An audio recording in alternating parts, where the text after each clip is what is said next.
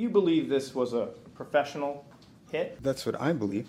And you believe this killer is kind of almost like someone hired to do this job, like an assassin, essentially, right? That is what I believe, yes, sir. The assassin seems to be wearing a giant sun hat. You think that might attract attention? I would think so.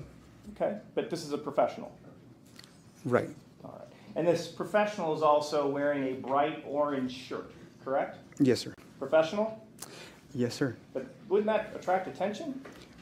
I think that's part of the reason, actually. If I could elaborate. No. You believe that professional assassins want to draw attention to themselves when they're carrying out murder. That's your testimony? When they're framing someone, yes, sir. So now, before we go any further, let me just reassure you of two things. No, you're not losing your minds. And yes, he really did just say all of that. Whilst being questioned about a murder, he was literally caught on camera committing. And when I say on camera, I don't just mean one. I mean on multiple cameras, like 28 of them, filming him leaving home, driving to the scene in his own car, committing the murder in broad daylight, and then driving straight back again like he'd just nipped out for a pint of milk. And the victim, a journalist he'd been publicly feuding with for months. You didn't like Jeff Garriman by this point, did you? I was upset with him, and I told him I was upset with him. Okay, you hated him, isn't that correct? A man who wrote multiple articles about him. Articles that just so happened to cost him an election, his job, and the last remaining thread holding his marriage together. You were being accused of a series of things, including creating emotional stress on your employees, correct? Right. Bullying?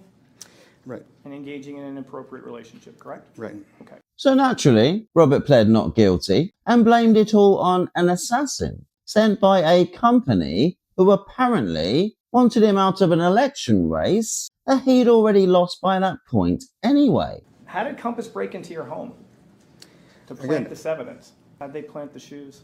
How'd they put the images in your phone? How did they get your DNA in there? But regardless, to really understand this story, I'm going to need to take you back. Because trust me, the build up to this moment is an almighty disaster in its own right. And with that said, you know the drill. Let's get into this. Welcome to No Contest.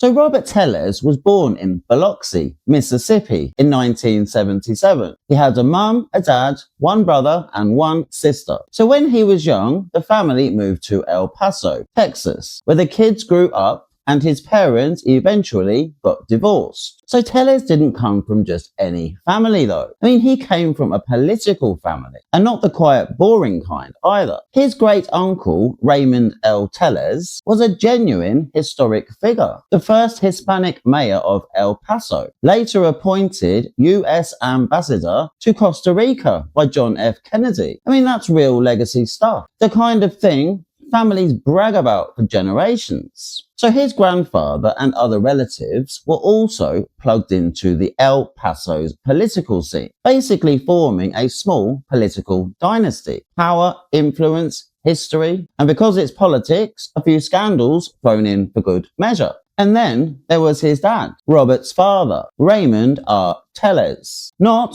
to be confused with his great uncle, who was also a politician. But unlike the well-respected ambassador uncle, Dad didn't exactly leave the office with a gold watch and a plaque. No, he ended up pleading guilty in a federal corruption case during the FBI's poisoned pawns investigation. So Robert didn't just grow up around politics. I mean, he grew up in the kind of family that needed a lawyer on speed dial. So after leaving school, Tellez relocated to Las Vegas and bounced around more random jobs than I can count. So every place he landed, the pattern was the same. He'd show up, pretend to be a functioning adult for 5 minutes. People would figure out who he really was underneath, and suddenly he was moving on to new opportunities. It was basically his whole 20s and early 30s. Job, meltdown, exit, repeat. A one-man travelling circus of bad behaviour. I mean, he didn't build a career. He left a trail of workplaces that probably still flinch when they hear the name Roberts. And while all that chaos was happening professionally, his personal life wasn't exactly stable either. Because by his early 30s, he was already on his second wife and third child, which honestly fits the pattern. I mean, when you can't hold down a job because people keep discovering your personality, relationships don't stand much of a chance either. So it was at this point, Tellez decided he was destined for greatness. And when I say destined, I mean he told himself he was special long before anyone else ever did. So he enrolled at UNLV's law school, where his true colours really started to shine. People who knew him back then said he basically behaved like an unstable dictator in need of serious psychological help. And the temper, well, that was a whole separate problem. I mean, picture a man in his 30s throwing tantrums that would embarrass a toddler, sudden eruptions, zero trigger required. Acquaintances reported him having genuine fits of rage over nothing at all. Then came the alcohol. I mean, he wasn't an alcoholic, but when he did drink, the nasty side of his personality came out swinging. So things really went downhill when he became president of the Student Bar Association. Because if there's one thing this man should never have been given, it was authority. So Tellez with power was like handling a toddler a chainsaw. Technically possible, but not likely to end well. And of course, this all exploded at the UNLV's Welcome Back party in 2012. So Tellez got drunk, as usual, and put his hand on a fellow student's inner thigh, making her extremely uncomfortable. Classmates literally watched this happen, and then the following day, his own student bar board confronted him with sexual harassment allegations. And Tellez, he refused to step down. He was so drunk, he didn't even remember doing it. So his first move was trying to track down whoever accused him. Then, in true Tellez fashion, he threatened legal action against her and his own board. Because nothing says I'm totally innocent like trying to sue everybody who witnessed your behaviour. So eventually, they held a no confidence vote and managed to remove him from his position. But the damage was done. The UNLV later said there wasn't enough evidence for official discipline, but the pattern was clear. Give this man authority and he would absolutely misuse it. So following law school, he decided to open his own law practice, Accolade Law, in 2015, which focused on probate and estate law. And shocker, the moment he got even a teaspoon of authority, he went straight back to angry toddler mode.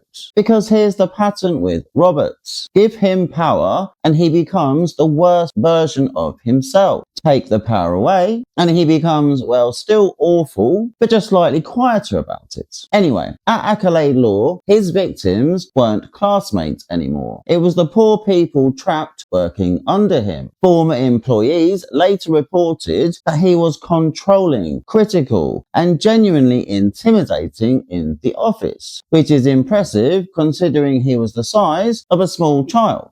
Others described a pattern, and not a subtle one: micromanaging, bullying, threatening behaviour, hostile environment, etc. You know, the full Tellez experience. One former paralegal said he made unwelcome physical advances and inappropriate comments in the workplace, and even pressured her personally over work and physical interactions. I mean, working for this man wasn't employment, it was survival training. He didn't lead a law firm, he terrorised a small room of people who frankly deserved better. So it was his time working as a probate attorney that opened the door to his political career, the beginning of his run as public administrator in Las Vegas. And if you don't know what that office does, it's basically the department that steps in when somebody dies and there's no next of kin to handle the estates. So here's how it works. Someone passes away, nobody can find a relative, so the public administrator's office steps in. They secure the property, liquidate the estates, pay off any debts, and whatever's left goes to the rightful heirs. That's once the investigators track them down, of course. So the office has about 8 to 10 staff, plus a team of investigators out in the fields trying to locate the real beneficiaries. So it's serious work, sensitive work that requires professionalism, empathy, and a functioning moral compass. Which begs the question, how on earth did Tellez end up in that role? I mean, we'll never get a real answer to that, but what we do get are the repercussions. And trust me, there were plenty. So in 2019, Robert Tellez finally took over the public administrator's office in an official capacity. And as you can probably predict by now, the pattern didn't change. So from the moment he walked through the door, he launched straight into throwing his weight around.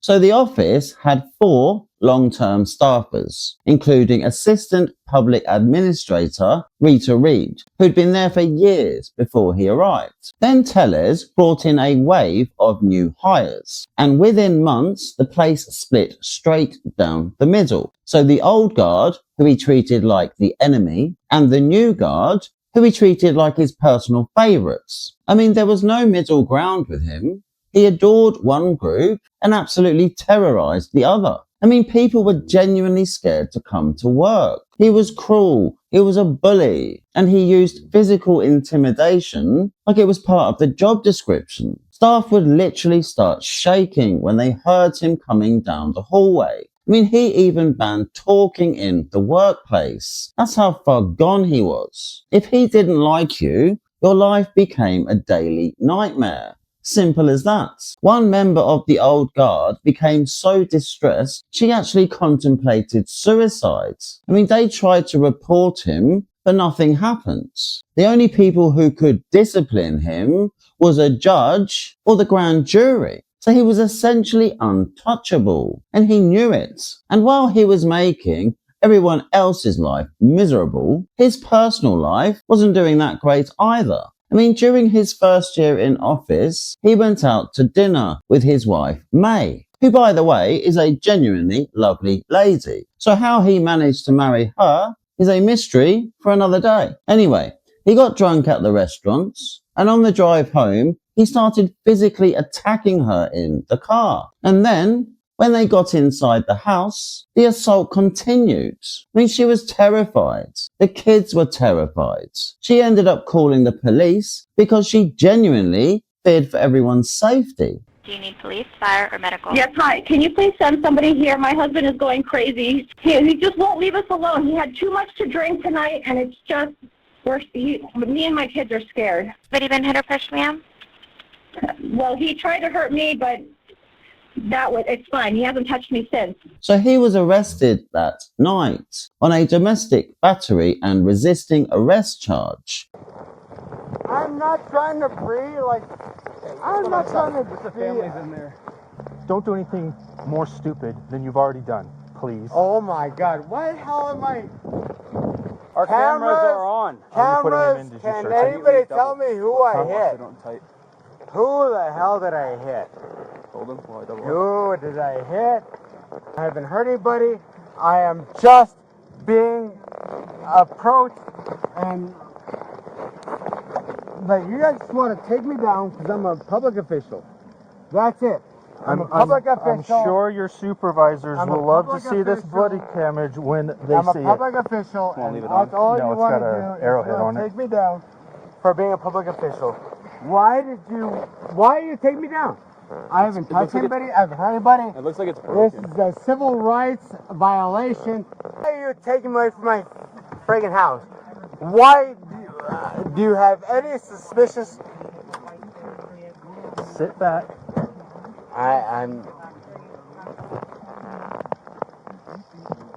Why do you have any cost to take me home? Why do you have any cost to take me? You're not making any sense right now. Dude. Do you have any cost to take me? Brian. Do you have any cost to take me? There is sufficient evidence to book me right now. There is sufficient evidence to book you right now, yes. You're very certain about that? I am very certain about that. But in classic Tellez fashion, he just slid right out of it. He took a plea deal and the case was dismissed. First thing you'll need to do is stay out of trouble, and we call that a broad stay out of trouble. No new criminal offenses, no arrests, no citations. Just to make sure that's what you've agreed to again, correct? Yes, Your Honor. It's a good deal. Keep it in your hands, out of mine. Agreed? Agreed, Your Honor. All right. So by the beginning of 2022, nothing had changed. Tellez had been running the office since 2019, and the old guard were exhausted, defeated, and completely out of options. I mean, they tried reporting his behaviour, but every door they knocked on gave the same answer. There was nothing anyone could do. He was an elected official, and that was that. So one day, Rita asked the question everyone else had been avoiding. So what do we do now? And the answer she got was brutal in its simplicity. I mean, the only way to stop him was to remove him from the position entirely. And the only way to do that was to run against him in the next primary. So that's what she decided to do. But the old guard weren't taking any chances. I mean, now that Rita had officially gone up against him, she'd boxed herself in. I mean, if she didn't win, Tellez would have made their lives unbearable. Far worse than anything he'd already put them through. So they knew this couldn't just be a hopeful attempt. I mean, it had to work. One way or another, this had to end. So Rita running against him was just one prong. But it wasn't enough. To guarantee the win, she needed the truth to be out in the open. And then the votes would come. She needed the public to see who he really was. So they turned it into a two-pronged attack. Rita would challenge him in the primary, and they'd bring the media into the game to seal the deal. If the system wouldn't protect them, maybe the spotlight would. If nobody in power would listen, the public would. And in this game, the public were going to decide who wins. Enter Jeff German from the Las Vegas Review-Journal. And Jeff didn't just hear them out. I mean, he locked on to the situation instantly, like a Tellez-seeking missile. This wasn't a reporter half interested in office drama. This was a highly regarded and hugely respected investigative journalist who ate evil bullies like Tellez for breakfast. And on that subject, let me tell you about Jeff. So this man was a reporting legend, a veteran, a guy with literal balls of steel. And when I say balls of steel, I'm not exaggerating. I mean, this is the same journalist who went head to head with Tony Spilotro, a made man in the Chicago Mafia, part of La Cosa Nostra. And Spilotro wasn't just a gangster. I mean, he was the kind of gangster other gangsters were afraid of. And Jeff took him on and didn't back down, not even once. So when Robert Tellez came along, this angry, power-drunk little tyrant, Jeff must have looked at him and thought, is this it? Is this the guy everyone is so scared of? But regardless, I mean, the moment he understood what Tellez had been doing to those poor staffers, he agreed. It was time to deal with this angry little man once and for all. For the first time in years, the old guard finally had someone willing and capable of telling the world exactly who the real Robert Tellez was, and doing it in a way that would destroy his reputation just in time for the election. I mean, it was a brilliant strategy. After years of intimidation, bullying, and outright emotional abuse, Tellez was finally approaching the end of his reign of terror. So now that Jeff was fully on board, everyone went to work. And the old guard were doing their part too. Because while Tellez was terrorizing the innocent people in the office, he was also doing his usual inappropriate behavior routine. Translated, he was basically having an affair with one of his staffers, who was also married, called Roberta Lee Kennett. And Roberta wasn't just involved with the boss. She started acting like his second in command. The affair was bad enough, but turning into his apprentice dictator was wrong on so many different levels. And Tellez didn't rein her in. What was he thinking? So Rita saw an angle. So they knew Tellez and Roberta used to meet in a high-rise car park just across from the office. So the old guard started doing surveillance, watching, waiting, documenting. And not only did they catch them meeting, they managed to film one of the interactions. Meanwhile, whilst the surveillance was happening, Jeff was already moving on Tellez. He sent an email laying out the complaints, the bullying, the hostile environment, the inappropriate relationship. And Tellez knew he couldn't just ignore it. Not this time. So before the article dropped, he agreed to an interview. Jeff came in, sat him down, asked the questions, got the answers, and then went straight back to the office to write article number 1. County office in turmoil with secret video and claims of bullying and hostility. What is your reaction to the allegations from these employees that you have created a hostile environment in this office? I've done my best to try to make everyone happy, but again, it's got to be within a certain framework.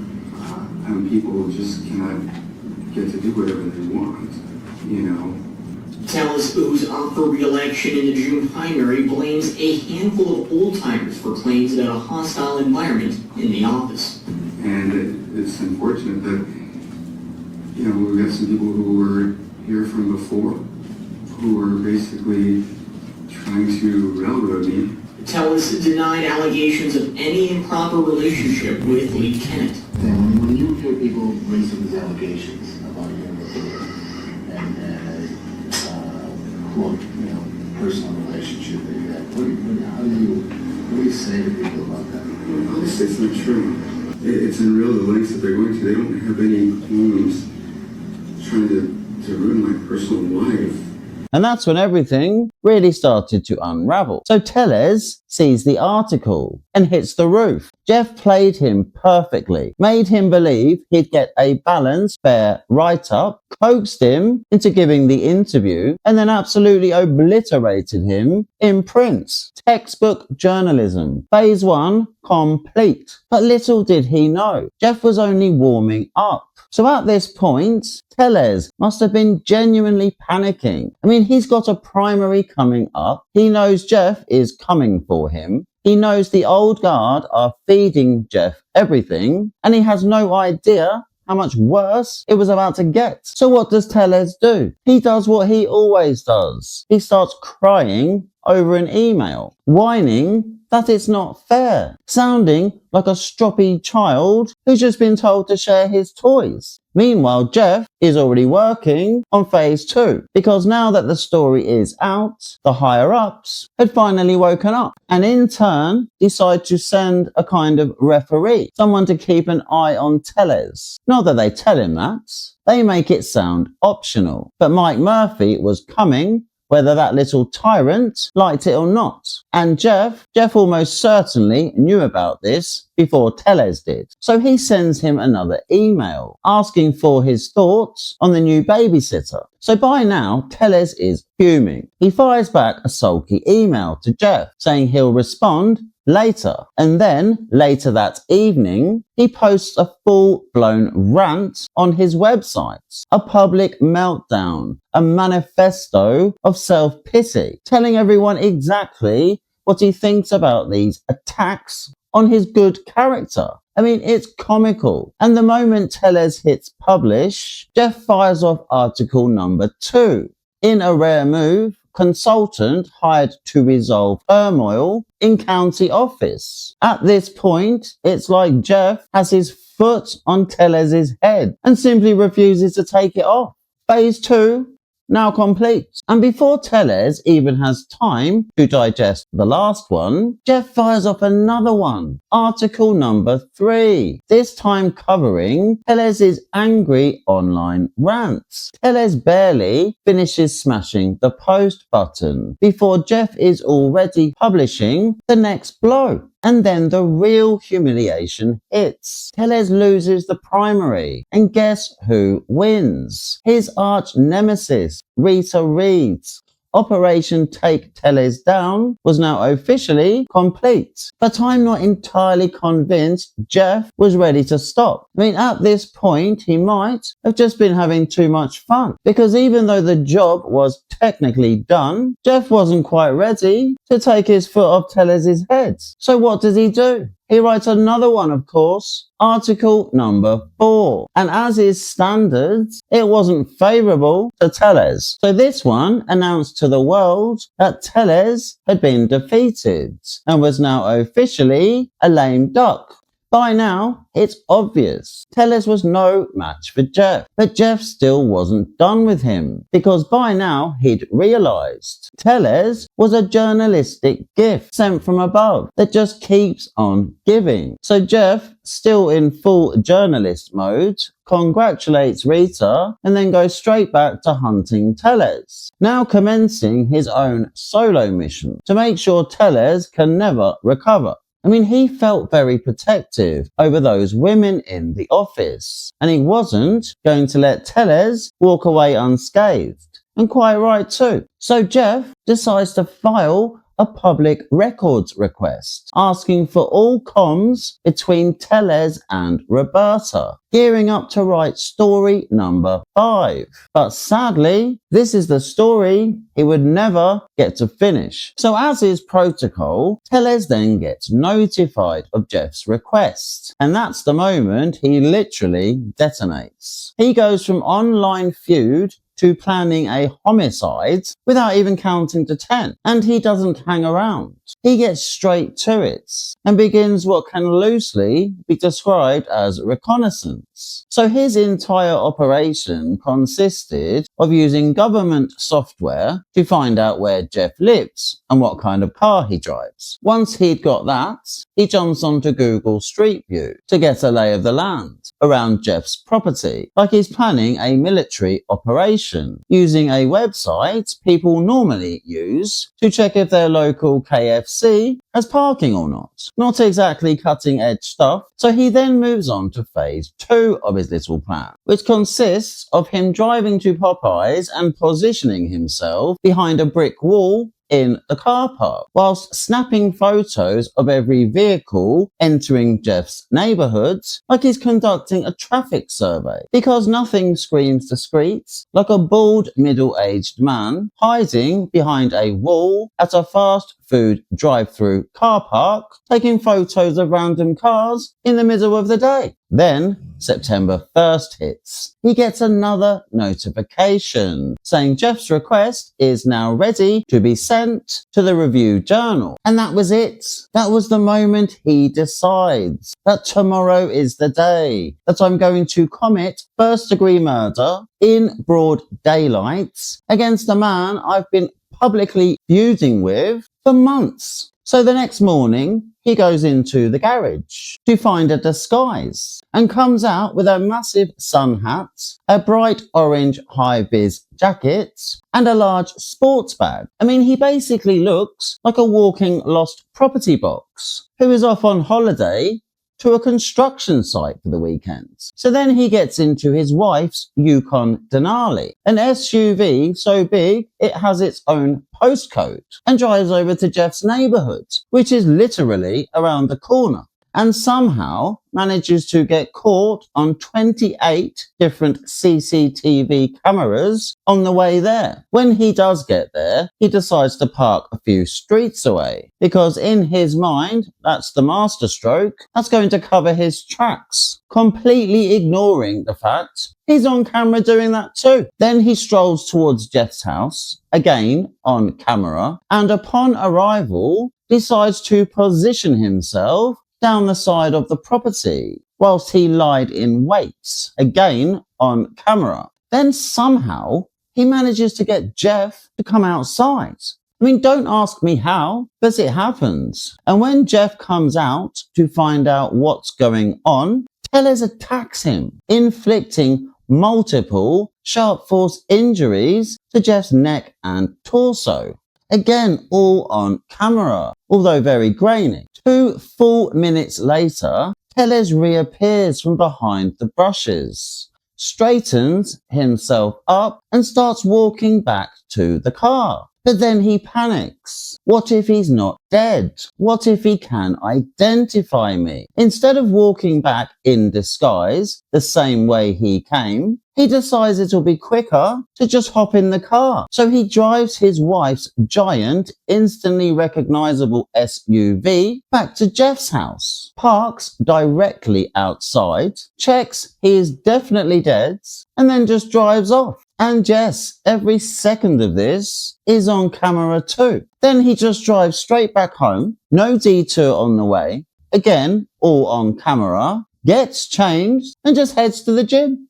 And that was that. The deed was done. That evil, power-drunk little bully had just crossed a line he is never coming back from. So following Robert's brutal attack on Jeff, the neighbours start noticing something's off. His garage door is wide open, which Jeff never did. So they try calling him, texting him, even walking over to close it for him. But nothing. Radio silence. And Jeff wasn't the kind of man who ignored people. I mean, he was a kind, respectful neighbour. So the next morning, still no reply. They head over again, just to check he's okay. And that's when they find him. Jeff, a good man, a respected journalist, left there like it was nothing.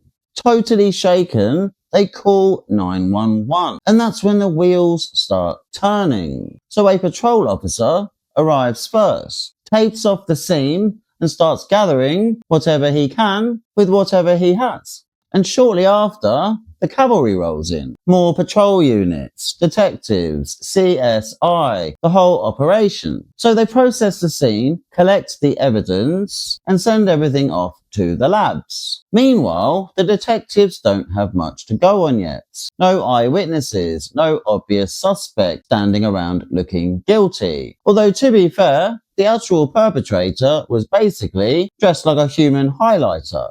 So he wasn't going to stay hidden for long. So Detective Gattas, the lead on the case, starts firing out assignments, door-to-door enquiries, CCTV pulls, and very quickly a picture starts forming of an odd character wandering around the neighbourhood, dressed like a construction worker who's lost a bet, driving a maroon Yukon Denali the size of a small continent. And then, of course, the detectives soon learn about the ongoing feud between Jeff and Tellez, which, let's be honest, immediately bumps him up the list of people we should probably be having a chat with. So things move fast. As soon as they have the images of the suspect and the vehicle, they push them out to every major news outlet.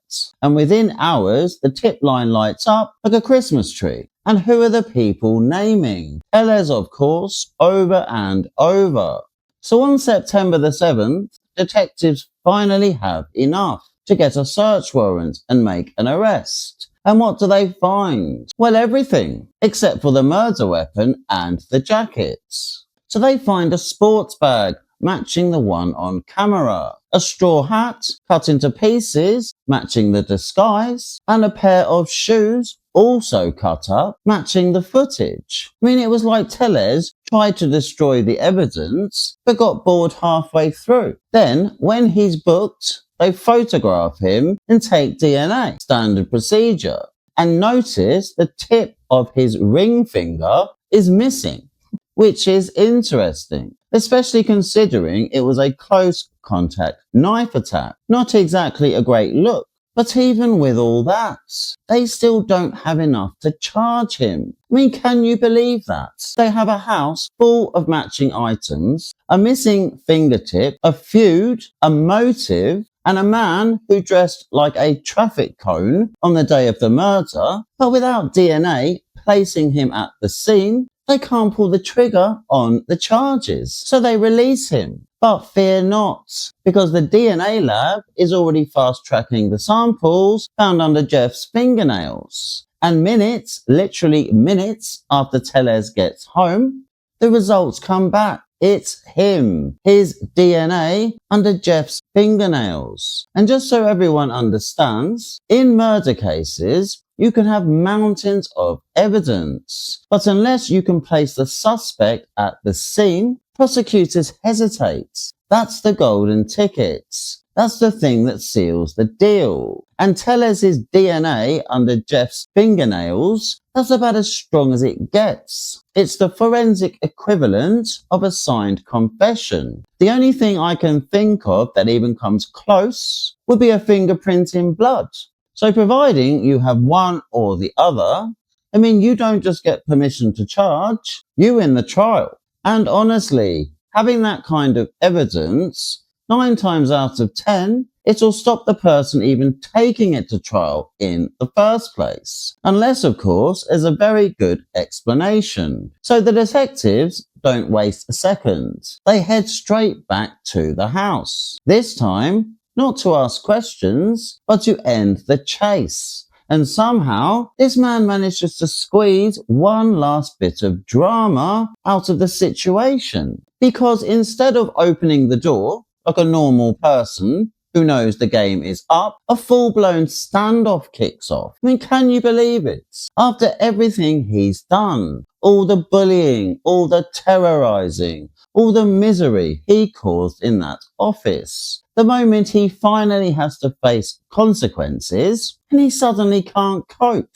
He won't open the door. He's crying. He's threatening to take his own life. It's pitiful. I mean, there's even a point where they have to call SWAT because he refuses to get out of the bath. I mean, just imagine it. And honestly, they should have just left him to it. But because threatening self-harm is taken seriously, they had to intervene. So the paramedics wheel him out, take him straight to hospital, and once he's stabilized and done with the drama, the process finally moves forwards. And that's when it happens. Robert Tellez is officially charged with first-degree murder and locked up in Clark County Detention Center where he belongs. However, according to Robert, none of this is his fault. Not a single thing. You see, there's actually a national conspiracy happening here. A huge one. A shadowy, coordinated, multi-layered operation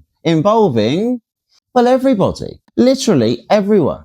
In Robert's mind, he's been framed. The murder charge is fake. All the articles Jeff wrote were lies. Every colleague who complained was lying. Every detective is lying.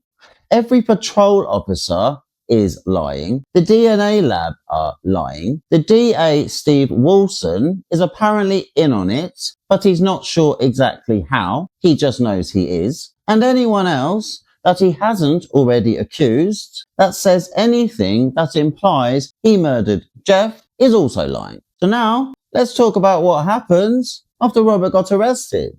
Because trust me, we are nowhere near finished with this story yet. Not a chance. So following Robert's arrest, the first hearing worth talking about is the bail hearing. And oh my God, I mean, what on earth did he look like? So his lawyers stand there with a straight face and request $100,000 bail and house arrest. He is entitled to bail.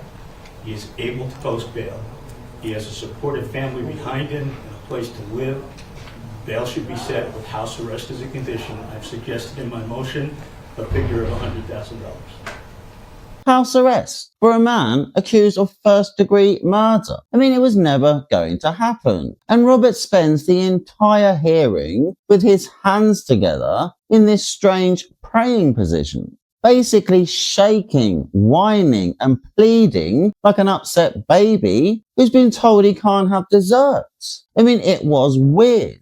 This is the same man who spent years bullying staff, terrorizing colleagues, and acting like he ran the world.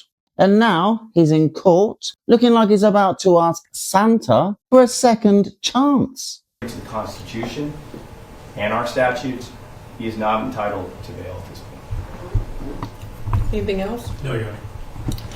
It is the determination of this court that Mr. Tellez shall remain detained without bail. And as expected, bail was denied. Tellez wasn't going anywhere. So after the bail denial, Tellez does what Tellez always does. He starts falling out with people. And the first people he turns on, his own lawyers. 1 lawyer, 2 lawyers, 3 lawyers. By the time he gets to lawyer number 4, he decides a change of strategy is in order and wants to represent himself. So he requests a hearing to fire his latest lawyer and go it alone. You understand that it's almost always more wise to be represented by counsel. I do know. Especially when you're being charged with first-degree murder and facing life without the possibility of parole. Yes, sir. I am not playing games with you. I This is understand. very, very serious. You I are understand. charged with first-degree murder. I understand. I mean, you're facing life without the possibility of parole. I would think that you would take it a little more serious. I appreciate the concern, Your Honor. Okay, I'm not here to give you concern. I'm here to ask questions and you're here to answer them, okay? I mean, not sure if this was his long-term plan or just whatever delusion he landed on that week. But it was the current one, at least. But here's the thing. When a defendant tries something this ridiculous, the judge has a duty to make sure they actually know what they're doing. Because if they don't, it can become an instant appeal issue later. So Judge Levitt does exactly what she's supposed to. She sits him down and grills him for an hour. Not to humiliate him, not to make him look stupid, just to show him how little he actually knows. And the stuff she asked, I mean, it wasn't obscure legal trivia. It was the basics, the absolute fundamentals. Like, what are the elements of the charge? Which is literally the list of things the prosecution must prove. The foundation of the entire case. The first thing any defendant, especially one representing themselves, should know. And Tellez, clueless. Do you know what the state has to prove in order, do you know what they have to prove at the time of trial? Guilt beyond reasonable doubt. What elements do they have to prove? Do you know? In this particular case, Yeah, in your case. of course, obviously, motive and, beyond reasonable doubt that Okay, so you don't know the elements that the state has to prove. So, specifically, statutory elements, no, I couldn't tell you right this moment. Okay, so you understand that's concerning because even though you're a lawyer, you don't even know what the state has to prove. I will have ample time to make sure that I'm ready, Your Honor.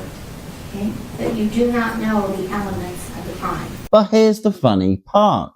I mean, it wasn't the fact he knew nothing that bothered him. I mean, he knew nothing. What actually set him off was that Judge Levitt, in his mind, embarrassed him in front of everybody. Where she said, accused me of playing games. Called me a fool, basically. Told me that I was not going to do a good job. And a case that she actually cited in her affidavit stands for the proposition that you should not do any of that. You do not need to make, you don't need to embarrass that person to tell them it's not a good idea to represent yourself. So again, it was just really shocking to see that a different standard was applied, one that shouldn't have been. So, of course, because this man is nothing if not predictable, immediately files for another hearing, this time to try and remove Judge Levitt. Mr. Tellez, this is off of your motion to disqualify Judge Levitt. Judge Levitt, her favoritism is so deep-seated, she refuses to refrain from violating constitutional rights, and in turn, she's wasting taxpayer funds, and she refuses to acknowledge that as well. Judge Levitt also facilitated the DA's courtroom efforts to harass me and make me appear clueless. There's nothing, it's extreme what she's done. It's inexcusable. I'd like to ask you to please disqualify Judge Levitt. And on the pattern goes. Every time he is told something he doesn't like, he has a meltdown. And everything is always everybody else's fault.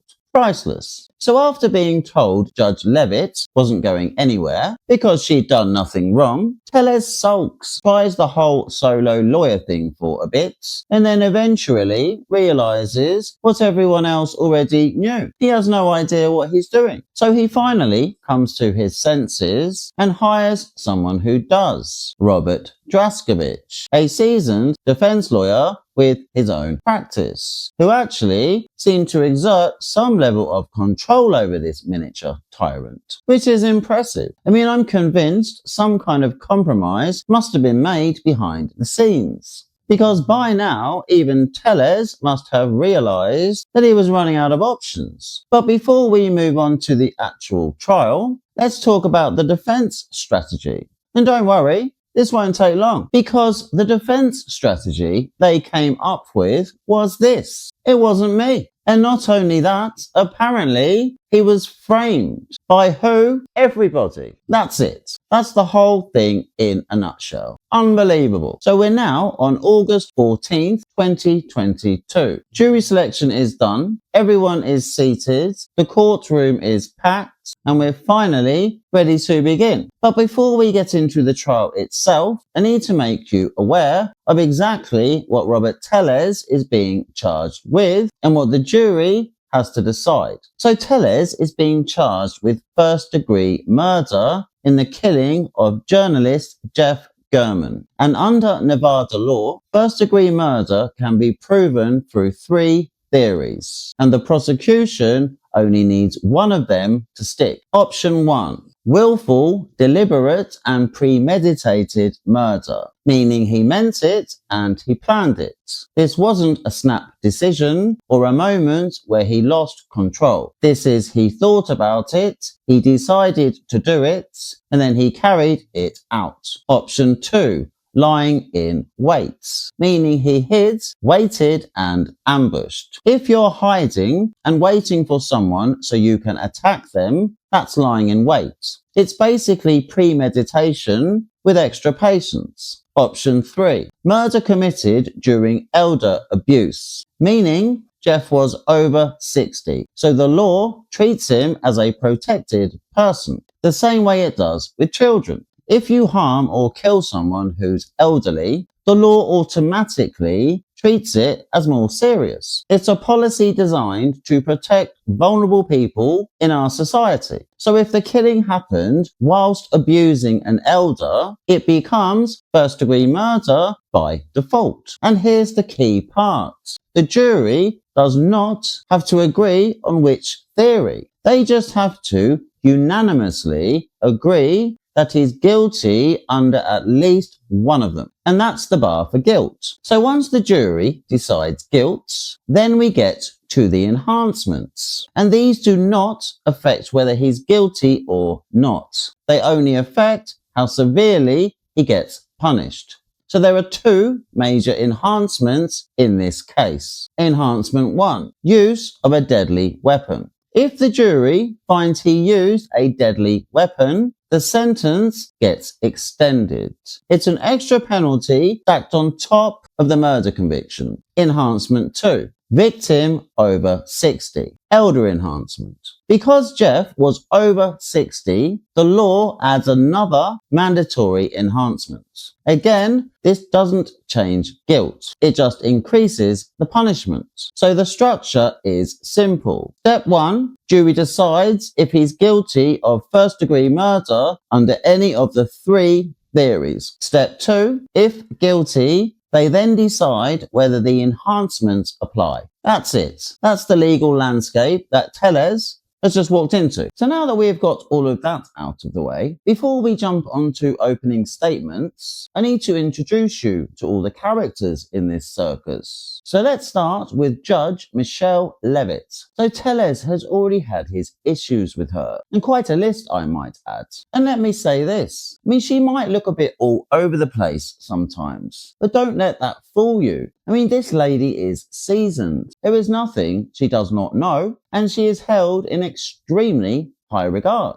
So now moving on to the lawyers. So on the prosecution side, we've got Chief Deputy District Attorneys Pamela Weckerly and Christopher Hamner, co-counsel on this case. And these guys, they're a proper tag team. So Pamela is the one dealing with the factual backbone of the case. The evidence, the timeline, the logic, the structure. So she's the one who lays out the story in a way the jury can actually follow. So Chris is there to handle the big directs and cross-examinations. The important ones, the heavy hitters, and of course, the main events, cross-examining Robert Tellez himself. So that's his lane. And on top of that, he's also the one who comes back at the end with the state's rebuttal, tying everything together and cleaning up whatever nonsense the defense tried to throw at the wall. And trust me, there was plenty of it. Then we move on to the defense team. So first up, you've got Robert Draskowicz, the one who does all the talking. And sitting next to him is Michael Hovarth, another defense lawyer, who says absolutely nothing, not a word. But believe it or not, these guys are actually partners. One won't stop talking and the other won't start. So that's the lineup, that's the cast. And now we can get on to the actual fight. So now that we have got all of that out of the way, it was time for the state to give their opening statements. The roadmap, if you like. The moments where the prosecution lays out exactly what this whole saga is about. And delivering it is Pamela Weckerly. Now, Pamela isn't there to put on a show. There's no theatrics, no courtroom showmanship. I mean, that's not her style. What she does bring, however, is far more effective. Total command of the facts and a delivery so clear and relentless, it's like being guided through the case by a very polite, very organized steamroller. And on the 2nd of September of 2022, the Baileys noticed that Mr. Gehrman's garage door was open and his car was parked in his garage, and that was unusual. On September the 3rd, still having no response, Roy Bailey walked over to Jeff Gehrman's house. He found his neighbor, Jeff Gehrman, on the side of his house. He had been murdered. The couple that lived across the street from Mr. Gehrman had a home surveillance system. So they pull that video and they see a figure come to the side of Mr. Gehrman's house. And that person stays lying in wait for Jeff Gehrman.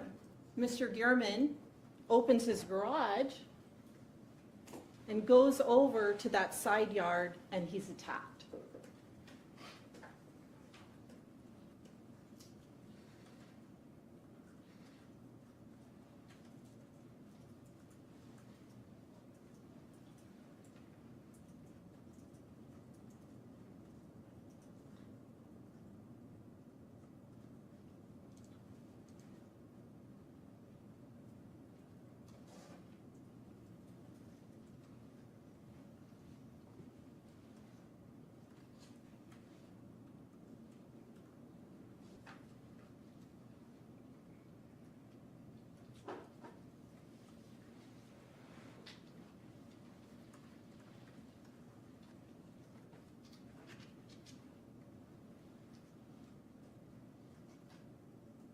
After killing Jeff Gehrman, the assailant walks down from the side yard and goes back down Jeff Gehrman's street and just walks away. And eventually, there's surveillance of this individual seen getting into a maroon Yukon Denali SUV. That maroon SUV, though, then proceeds south on Wintergreen, and it actually heads back in the direction of Gehrman's house. And you can kind of see it parked in front. The individual gets out, goes back towards where the body is.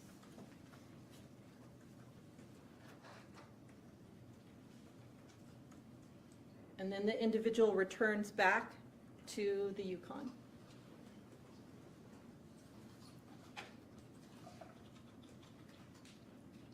The Yukon leaves Bronze Circle, the cul-de-sac for Jeff Gehrman. It goes back on Wintergreen Drive. It goes west on Washington.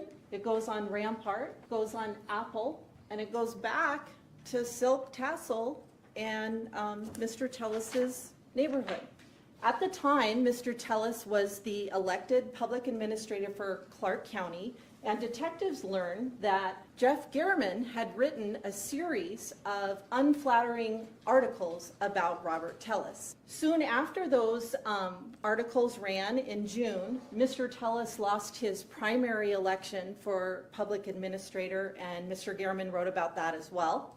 So, with this video evidence, the police seek a search warrant on September the 7th, and they want to get a DNA sample from Mr. Tellis. They want to seize his phone, and they also want to search his house.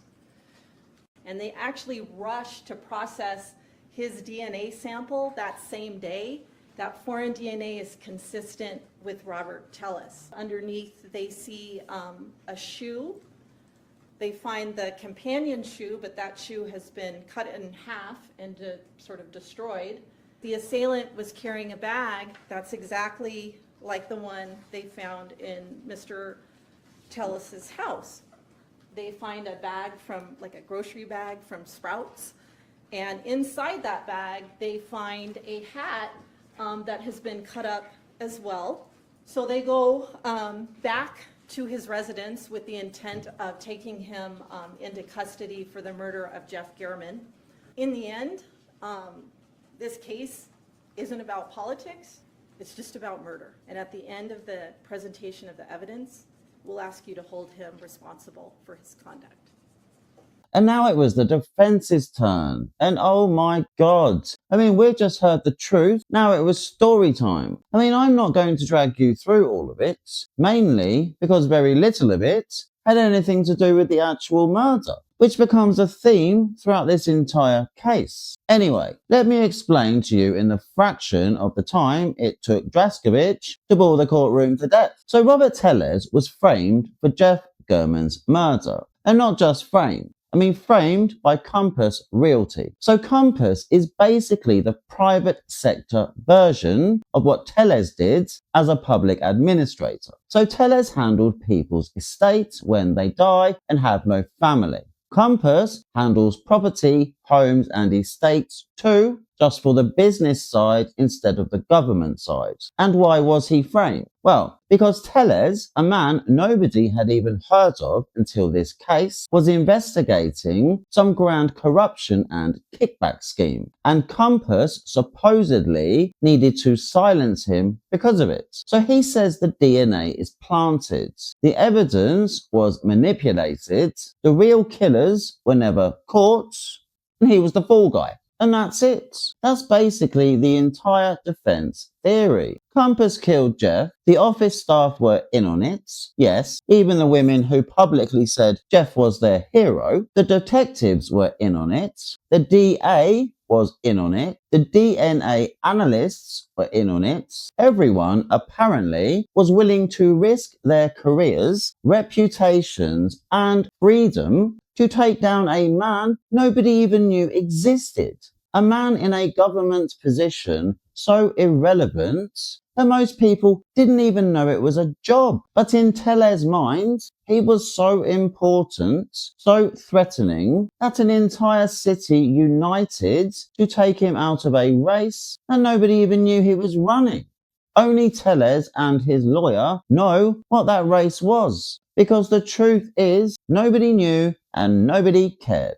And just before he finally stepped down, the defense dropped an alternative theory. Because apparently the whole Compass Realty hired a hitman to frame my client story wasn't quite enough. So after spending all that time trying to sell the jury on his grand framing conspiracy, he suddenly pivots into angry voicemails. 2 of them, left for Jeff, by other people entirely.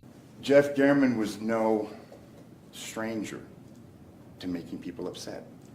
He made a lot of people, far more able people, far more violent people upset with him.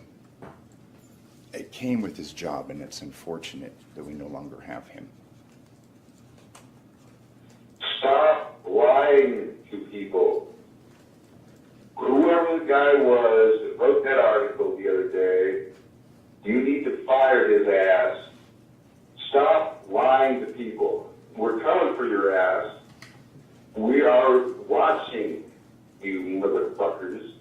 You better fire that son of a bitch. And I'm coming down there tomorrow, motherfucker. Jeff German received this threat shortly, months before his murder.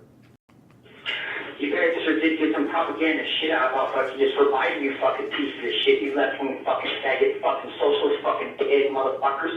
You guys will pay in the end, motherfuckers. You fucking cheated and lied. You guys fucking lied and cheated. And then you now fucking only Biden only fucking box of shit, motherfuckers. Fucking you piece of shit, you motherfuckers. You made the Republic fight again, and you guys are fucking dead motherfuckers someday, motherfuckers. At the close of this case, we are going to ask you to return a verdict of not guilty. Thank you.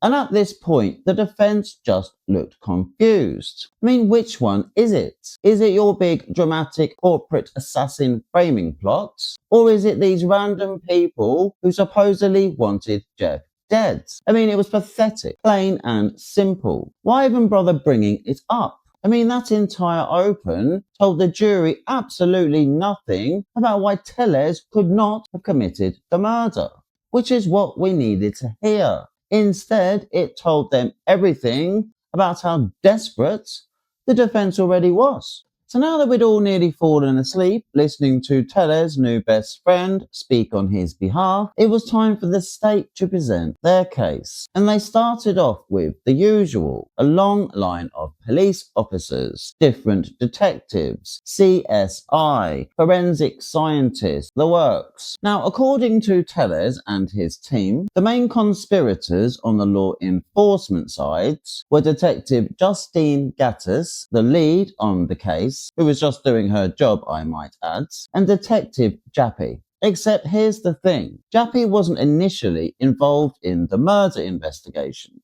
Jappy works corruption cases. He's not homicide. The only reason his name is anywhere near this case is because when Tellez started having issues with Compass Realty, he went to Steve Wolfson, the DA, and Wolfson appointed Jappy because Jappy handles corruption cases. So when the murder happened and Tellez's name came up, because Jappy already had background on Tellez from the Compass situation, they asked him for intel. That's it. Do you attend a briefing with Metro regarding the Garman murder? Yes, I believe it was that evening at our headquarters.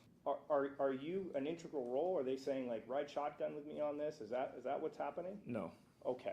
So homicide's handling. Correct. He did, however, end up helping as a negotiator when Tellez wouldn't get out of the bath, because he had training in that area. Again, just doing his job.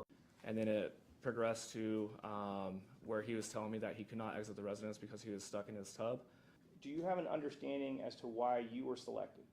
Yes. Why? I'm a member of our crisis negotiation team. Nothing dramatic, nothing suspicious, nothing remotely close to what Tellez was suggesting. But according to the defense, Jappy is the link between Compass, the police, the DA, the whole conspiracy. The man right in the middle of this imaginary operation to take him down. In reality, all Jappy did was look into Compass when Tellez complained. Then got reports that Tellez might be taking kickbacks himself, so he looked into that too. One guy's saying this company's doing this, and now you have other people accusing the very guy who came to you of doing something inappropriate. Detective, as a police officer, do you just pick and choose at this point which one you want to do? No. Please tell us, how do you handle a situation like this? We investigate both simultaneously. He did his job. He followed the information. He even had Tellez under surveillance for a few days and eventually cleared him anyway, which is surprising considering he was supposed to be the main puppet master behind this whole takedown. That's it. That's the whole story. No conspiracy, no secret plots, just a detective doing exactly what he's supposed to. And here's where it gets embarrassing. When the defense finally had Jappy on the stand, the man they claimed was the link between all of this, they didn't even launch into the conspiracy itself, like you'd expect. Instead, they just asked some weak questions, implying he got involved in the case because he was up to no good, which is absolute nonsense anyway. So you'd agree you reached out to Detective Gaddis to inform Detective Gaddis that you had information that you felt would implicate Mr. Tellis? Again, I was just informing Detective Gaddis of information that I had. She was a case agent. However, she receives that information is her decision. And like I said, I don't want to mince words with you, but you basically reached out to Detective Gaddis to say, hey, I think I have some information. You should look at Mr. Tellis. She should be aware of the information I had, yes. Okay. You're now part of the crisis negotiation team that's speaking to him, correct? Yes. You then are in the ambulance with Mr. Tellis, correct? Yes, I was.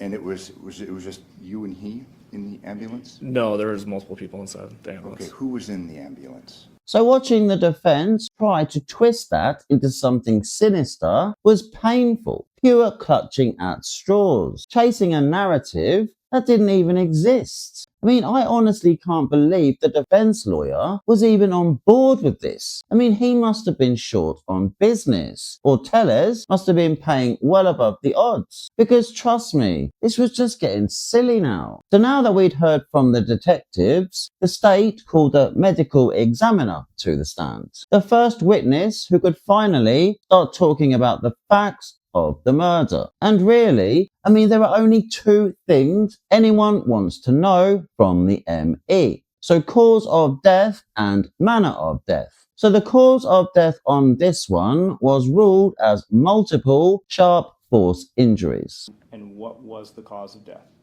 Multiple sharp force injuries. And the manner of death was homicide. And what was the manner of death? Homicide. And in lay terms, what does homicide mean? Homicide means death at the hands of another. So in total, Jeff suffered 13 wounds. 6 stab wounds to the neck and torso. I believe there are 6 stab wounds. And 7 slicing injuries, mostly on his hands. 7 incised wounds. So those were described as defensive wounds. Did you make a determination based on your training and experience that these wounds here were most likely representative of a defensive type injury? Yes, they could be consistent with defensive type wounds. Which tells us Jeff fought back, and he fought back hard. I mean, this part is always horrible. I mean, up until now, you're hearing the basics, the timelines, the officers, the procedures. But when the medical examiner testifies, I mean, you can't help but build a picture in your heads of how this attack actually went down. So we know the assault lasted about 2 full minutes. We know he suffered multiple injuries. We know he fought for his life. And we know he would have recognized his attacker. And while all of this was being explained, while the ME was going through the photos, I mean, Tellez was putting on a full performance. Like he couldn't bear to look at the images. As if what he was seeing was so terrible, he couldn't even face it. Which is rich, considering he is the one that did it. So the next witness the state called was Roberta Lee Kennett, Tellez's mistress at the time. So now she wasn't there to talk about the affair. I mean, nobody cared about that. She was called because she was the one closest to Tellez in the lead up to the murder. And the prosecution wanted the jury to understand his state of mind at the time. So all they needed from her was basically confirmation that Tellez hated Jeff. And she had no problem whatsoever telling the courtroom exactly that. What was Rob's reaction to that news story? I don't think any of us were happy about that news story. You were not happy? Yes. I guess I should say it this way. Were you happy about the news story?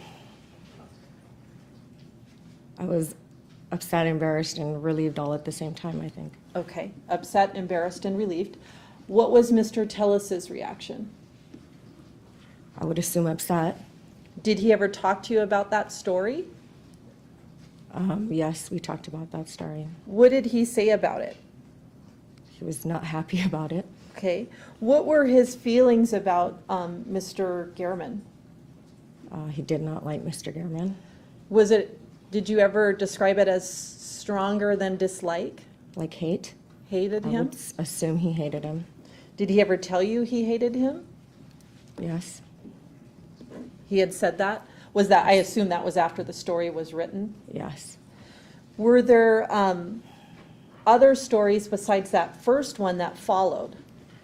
Yeah, there were a lot of stories that followed. And let's be clear. I mean, Roberta had nothing whatsoever to do with any of this. I mean, yes, she knew he was mad. And yes, she saw him spiraling. And yes, she clearly has terrible taste in men, if you can even call him that. I mean, an angry garden gnome with a law degree would be closer to the mark. But the first time she heard that Jeff had been murdered was on the news. I mean, she wasn't involved in anything. She was simply the closest person to him at the time. Her evidence wasn't about scandal, it was about motive, pure and simple. So following Roberta, the state called Zach Schilling, a real estate agent and former business associate who worked for Tellez through the public administrator's office. So his role was simple. Explain why he called Crime Stoppers right after the attack. Well, with my partner Christy, I'm like, holy crap.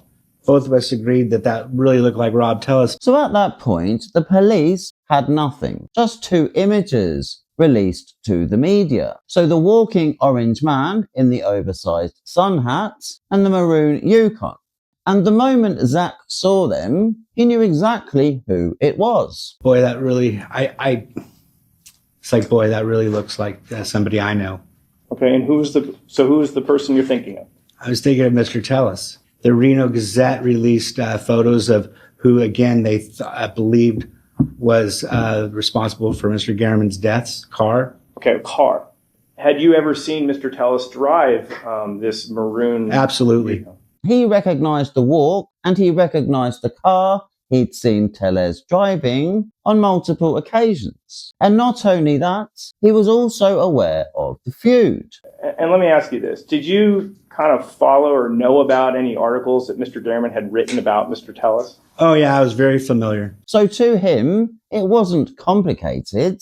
I mean, it was obvious. You know, to jump to a conclusion like that about somebody, you know, you have to be pretty sure of yourself. And then, as had become standard by this point, Draskovic stood up and started poking holes in absolutely nothing.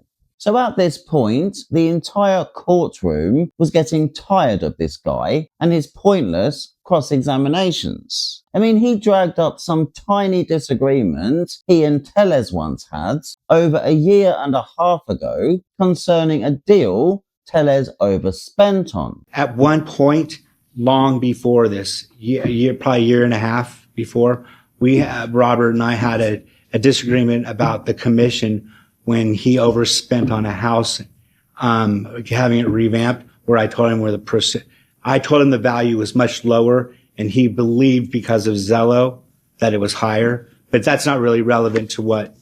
Well, I submit it is. So instead of taking responsibility for his own screw-up, Tellez demanded Zach take a commission cut to cover the difference. So they argued for a minute. Zach eventually agreed, and then they went on to turn around another 30 or so houses after that. So no lasting problem. Because of what they overspent on revamping that house, he then came to me and said, you need to take a commission break, which I pushed back, but ultimately I did do. So then there was an issue. He wanted you to lower your commission in order for the heirs to receive more money, correct? Yes, but after that fact, we probably did 20 or 30 other houses after that. So that you guys did have a dispute. He was trying to say, you're getting too much money. I want to preserve that money to the heirs, correct? In one instance out of about 40 houses, sure. Okay, now it's 40 houses. Well, whatever we did, I don't know the exact number of, offhand. I think it was probably about 32 houses that I went through the probate department with, but I could be wrong, so don't nail me to the cross on that, but that's about right. Nail you to the cross. I mean, you're coming in here, you're basically some expert on some gate that you see on TV. You just know it's Robert Tellis, correct? That's your testimony.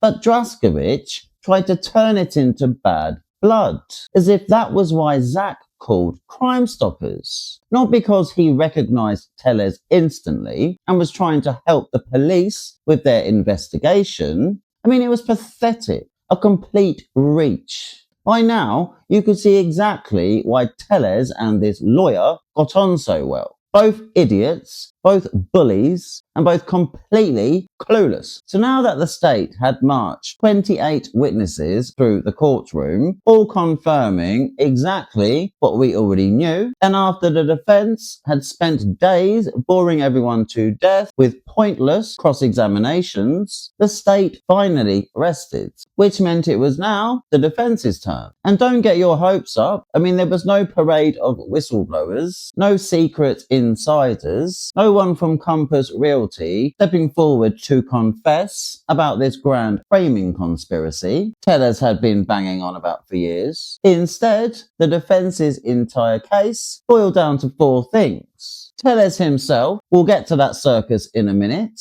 a random woman who claimed she saw a strange man in an orange jacket hanging around a children's park at some point, which had nothing to do with anything, but why not? Throw it in anyway. Nicole, Tellez's favourite employee, and their star witness, a digital forensics expert. So he came armed with a long PowerPoint presentation showing 13 years of Tellez's phone data. Why? Unclear. What was the strategy? Also unclear. But he presented it anyway. But then Chris Hamner stands up for the cross-examination. And it was beautiful. I mean, if you turned on the TV at that moment, you would have assumed this guy was a witness for the state. I mean, that's how badly this backfired. So Chris pulls up the same presentation, the one the defense proudly introduced, and points out something catastrophic. So for 13 years, Tellez's phone shows location data everywhere. Home, work, errands, meetings, a full digital footprint. But then Chris asks about August 2022, so the month before Jeff was killed. And suddenly, the data just disappears. Nothing. No pings, no movement, no trace. It just looks like he left the planet for the month. And when we look at a 13-year snapshot of Mr. Tellez's phone, we get all those dots for that section, correct? Yes. So if I'm understanding this slide correctly, you decided to look at how much location data is on Mr. Tellez's phone for the month of August of 2022, correct? Correct. And there's not a single plot point, correct? Correct. When we look at the 13 years, there's tons of plot points, right? Yes. But the month of August, dead silent. Correct. And that just so happens to be the exact month he was stalking Jeff, doing his little surveillance missions and planning the murder. But just to be clear, the month before Mr. Gehrman dies, he's got no location data on his phone.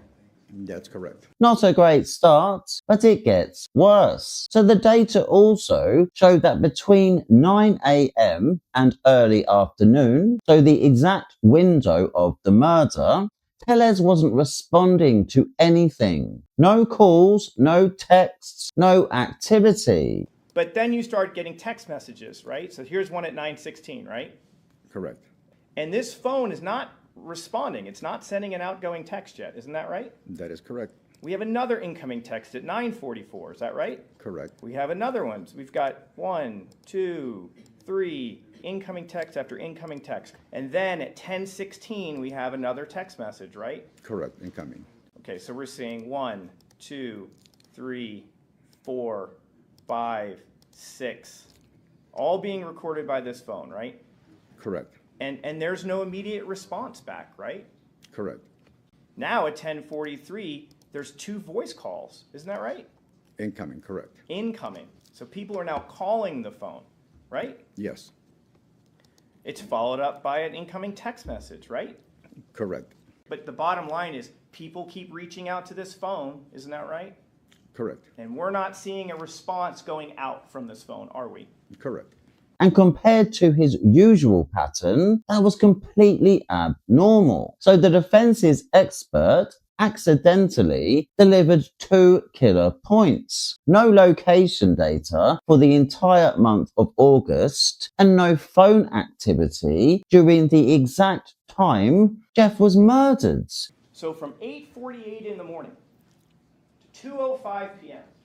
on the day that Mr. Garriman is murdered, no outgoing texts are being sent from Robert Tellis's phone. Isn't that right? That is correct. I mean, it was textbook. And honestly, I love it when this happens. When a witness the defense was banking on ends up doing the prosecution's work for them. And the fact it happened to Beavis and Butthead over there, after everything they'd been pushing, made it even more satisfying. So now that the defense's own witness had basically confirmed Tellez's guilt, it was time for the main event, the evil little man himself. So if his guilt wasn't already cemented by the last witness, Tellez was about to confirm it personally. And honestly, the way he tried to do it was unbelievable. So instead of his attorney guiding him through his testimony, like a defendant with even a shred of sense, Tellez decides he was going to narrate his own testimony, like he was hosting his own podcast. Final witness is Mr. Robert Tellis. I've confirmed with Rob Baer, and we're going to ask the court's permission to allow him to testify by narrative.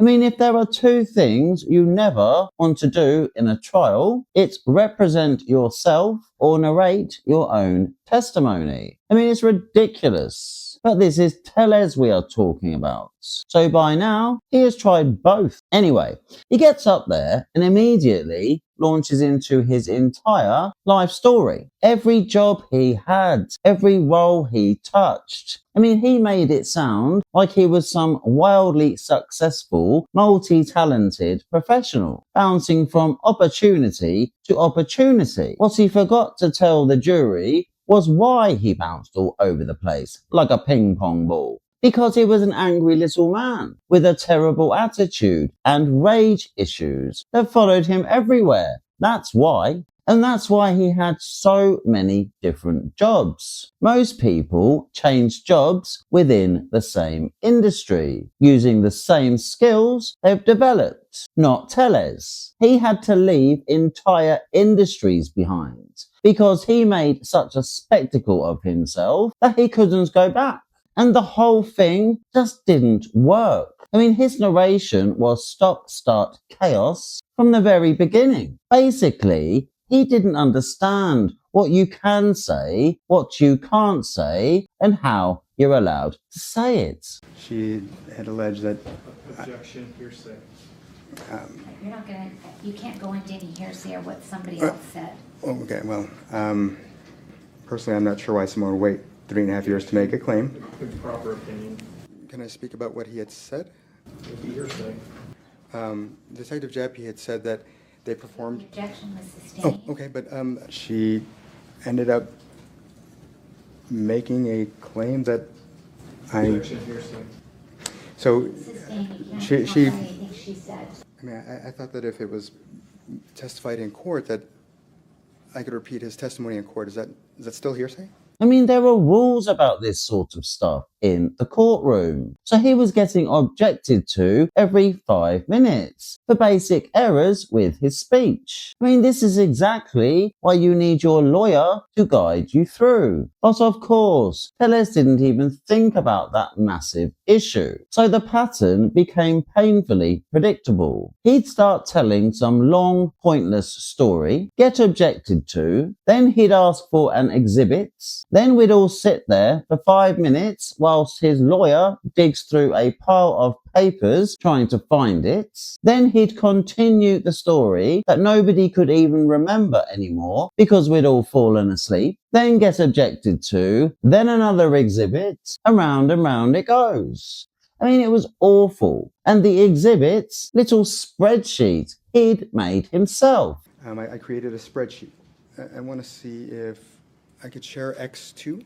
I mean, what is this? Play school? I mean, that's not evidence. It's a spreadsheet he typed up with no verification, no source, and nothing to prove a single thing was real. I mean, it was a joke. And after stumbling through his entire life story and tripping over every exhibit he introduced, he finally started inching toward the actual murder and the mountain of evidence against him. But then he got bored and decided to switch strategies entirely. So instead of addressing the facts, he went straight into the pity party routine because apparently that felt like a safer bet. So suddenly we're hearing about how he was cold in his paper suit at the police station. I was put into that paper suit. And you've seen the photo of the paper suit. And the room was cold. I spent the day freezing in that paper suit. How the officers weren't being nice enough to him. Various things that were done to, I believe, break me. I was informed that all of my vehicles were being taken away. Denied the ability to make any phone calls. You know, it was a lot. And how the police made a mess in his house when they searched it. This is G2.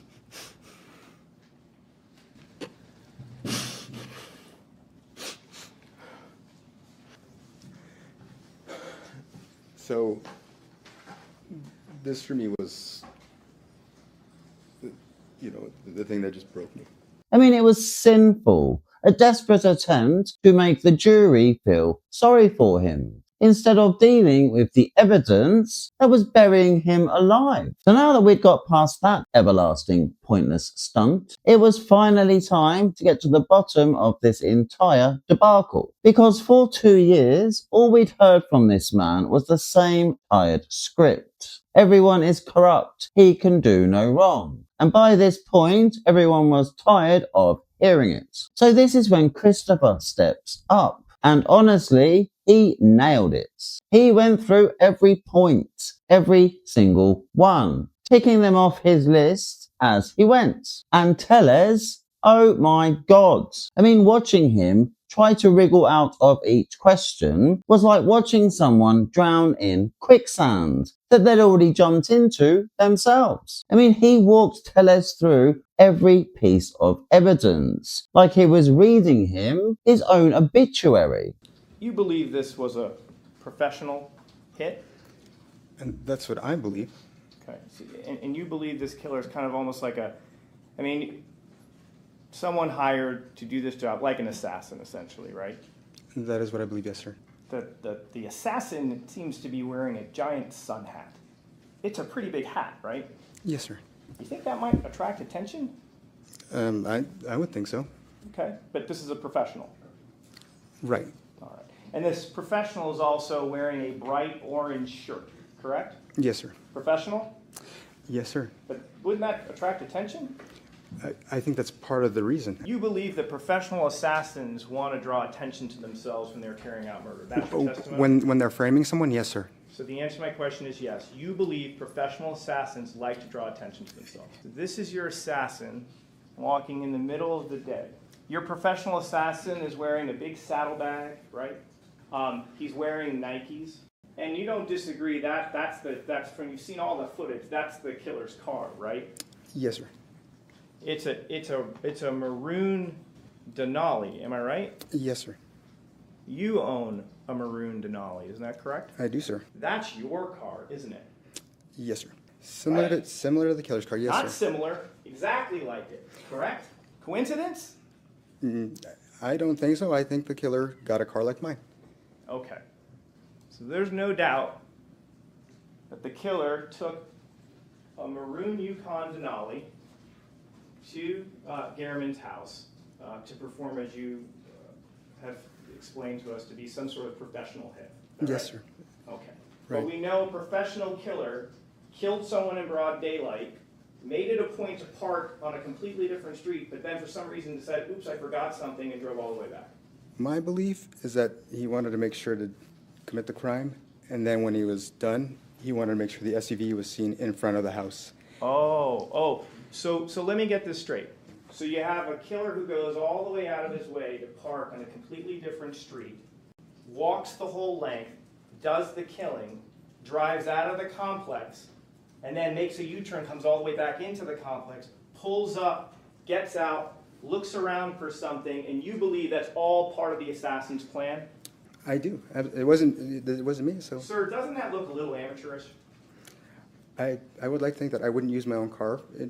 Doesn't it look a little amateurish to take the steps to park on the side of the street, then you forget what you dropped, probably your murder weapon, who knows, wear this goofy sun hat, a bright orange shirt. I mean, you really think that looks like a professional killer? I do. There's one thing I didn't hear you mention. The DNA. I'd like to talk about that with you. You're not disputing that your DNA is underneath Mr. Gehrman's fingernails, are you? Yes, I am. Okay. But you've heard the testimony. It's there, correct? Are you really denying that your DNA is underneath the fingernails? Without knowing the truth, yes, I am. Okay, great. So you're just going to disregard what all the other DNA witnesses said about this, correct? And, Okay, that's fair. That's fine. Totally fine. And your DNA is in those shoes that are found in your house, correct? I don't know that to be the case. Okay, but that's the whole thing of like, it's a setup and I think the DNA people are framing me. Something along those lines, right? Whether it's them or someone else? You've sure. heard the results. The results say that your DNA is in that shoe. I mean, we did hear that, correct? That is what we heard. Okay. And you just think it's just another part of the conspiracy to somehow get your DNA into those shoes. So I believe that there are officers who, when they think that a fellow officer needs help plugging holes in the case, that they're willing to do what they have to. Okay. All right. You characterize this case as a case that has holes? I think that Detective Jappy decided he wanted me for this, and everybody decided to assist him because they thought... So Jappy's a part of it now, too. Oh, he's always So been. We've got the DNA lab, we've got Jappy. We haven't even touched Compass yet. We will. We'll get there because they're part of it, too, correct? So they paid Detective Jappy, yes. Okay, great. Are the shoes underneath the sofa of your house, are those actually your shoes? That I don't know for sure. I do have similar ones, but again, I have not, Oh, you similar? It's the same shoe, isn't it? It is potentially the same shoe as the one, yes. Well, let's continue down the path of what's in your phone. When we start getting to like the Google Maps data, like that's his house, right? Same thing, that's his house, right? It appears to be. Like if we look over here in the back, that's literally the very spot where Mr. Gehrman breathes his last breath. Isn't that right? And the very spot that his body is lying is inside your phone. That is very strange. There's over 100 images of Bronze Circle neighborhood in your house, correct? In your phone, isn't that right? I don't know that they are, sir. Okay, well then let's start clicking. Plus, again, I wouldn't use my card. It's not my question. My question is, this is contained in your phone, right, sir? I don't believe so. Okay, you don't believe so? If it is in there, I didn't put it there, sir. Okay. Sir, do you find it a little bit strange that when you find information that's helpful for you in your phone, you don't think there's a problem with it, but when there's damaging evidence in your phone, you believe maybe it's been hacked or compromised? You would agree this is numerous images from the same spot, correct? It appears so. It looks like surveillance, doesn't it? It looks like a stupid way to do surveillance. Right, looks kind of amateurish, doesn't it? Right. Not professional. Right. That is proprietary software that is in fact used by the Public Administration's Office, correct? Yes, sir, it is. It gives the person at the Public Administration's Office the ability to look up personally identifying information about people, correct? Yes. Okay. And we can see here that Jeffrey Gehrman is being looked up on IDI Tour, correct? 7216, it's the second one related to Mr. Gehrman. There's a first one related to Mr. Gehrman. That's the P.O. Box, which is current. The second one is 7216 Bronze Circle, Las Vegas, Nevada, 89, I can't read this. Mr. Tellis, that's where Mr. Gehrman lived, correct? Yes, sir. That's where he was murdered, correct? Yes, sir. And again, this has more information about Mr. Gehrman's cars, correct? Appears so, yes, sir. Let me just come out and ask you. This is your desk, isn't it? It probably is. And this image of his personal information and his home address is located inside your phone. Again, I don't know that it is. Okay, so we're just, again, we don't have to do the dance, but you're just not accepting the testimony that it was located on your phone. That is correct. Okay. And then Christopher drops the big one. The question that detonates Tellers' entire conspiracy theory in one hit.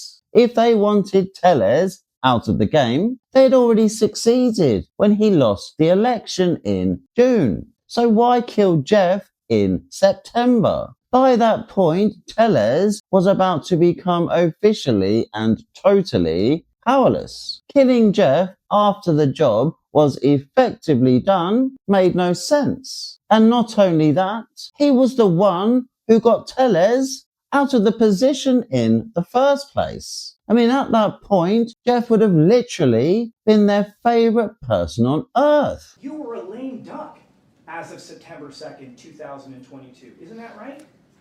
But I still continue to fight Compass Realty. That's not my question.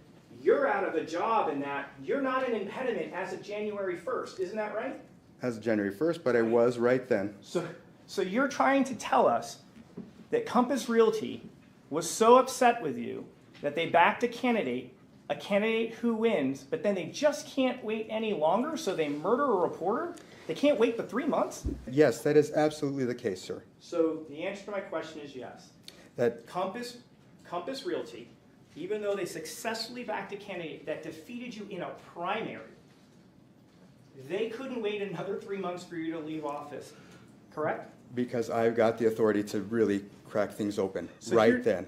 And Christopher wasn't done. Because even if you entertained the Tellers fantasy for even a moment, if Compass Realty supposedly hated Tellers so much, then why wouldn't they kill Tellers instead of Jeff? If this whole decision was really about taking Tellers out, why target the journalist? Jeff was the one who exposed him. Jeff was the one who ended his career. Jeff was the one who ruined him publicly, professionally, and permanently. So then my next question is this.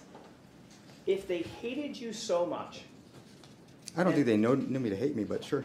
Well, I mean, they're willing to kill people over you, right? I guess they would have hated me, yeah. Right. And if they hated you so much, why didn't they just kill you? Would anybody have felt the duty to continue my work because I was actually doing this? I think so. So the guy who writes the articles that ends your career, they reward him by killing him? Well, again, like I said, it was a pretty good way to do this. And let's not get it twisted. Rita and Alicia are part of the conspiracy that loop in Jeff Gehrman, and they're in cahoots with Compass. So they're like, you know what? Thanks, Jeff, but you got to go? That's what you're suggesting? But while I was still, as you call it, a lame duck, I was still coming after them, sir. Okay, so your suggestion is, your thought is, murder was the only right. And then Mr. Hamner pulls out his last golden nugget, the final nail in the Tellers coffin, if you will. And that's when Christopher drops the killer shot. A text message sent at 10:36 a.m. Visible only on his wife's Apple Watch, right when Tellers was out doing his murdering. A message from May saying, "Where are you?" And why was that so damning? Because it wasn't visible on his phone. That's why. Please read to this jury, what does it say underneath that photograph? It says, "Where are you?" Where are you? You told us you were at home. I did not. I said, actually, when I got the messages, I was still on my walk.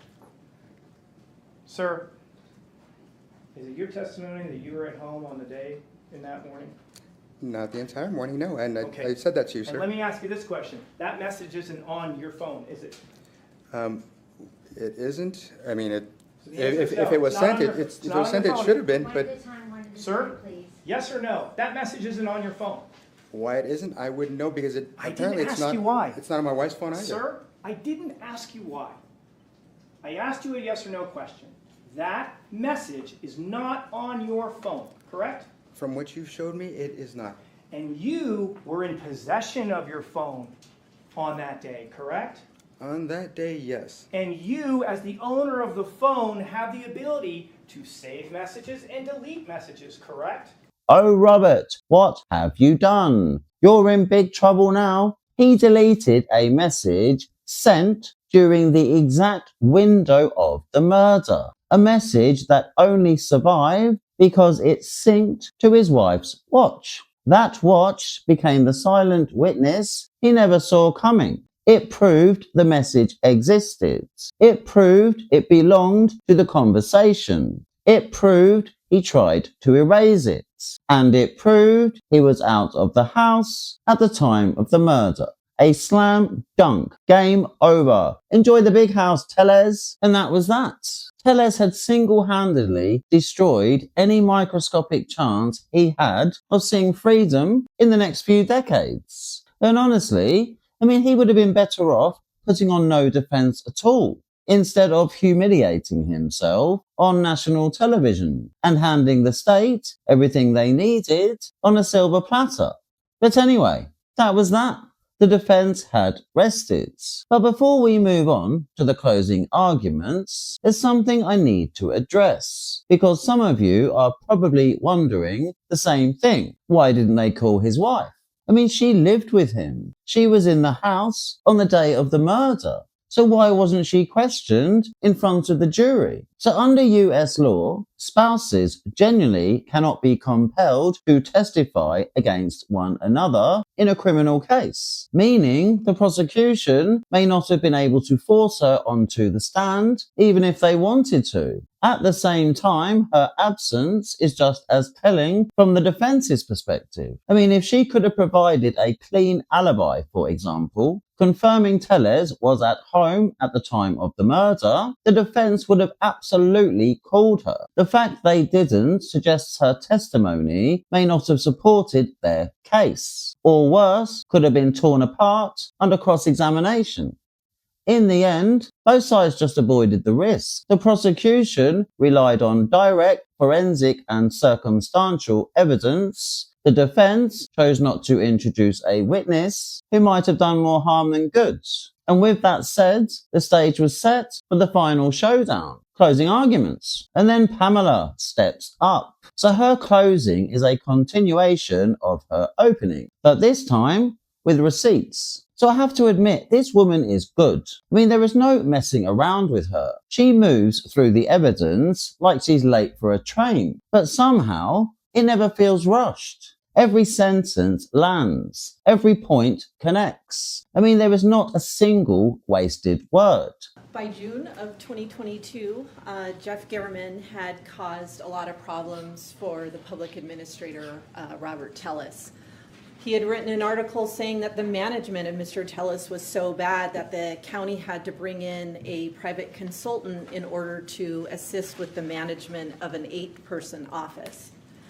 In July, he sends that request for the public records of the county, where he's asking for communication between Mr. Tellez and Roberta. He's notified, and Ms. Kennan is notified on September the 1st of 2022. And the murder's the very next day. So he's in the area of Mr. Garriman's neighborhood at about 10:26 a.m. And she sends that message to Mr. Tellez, and the message is, "Where are you?"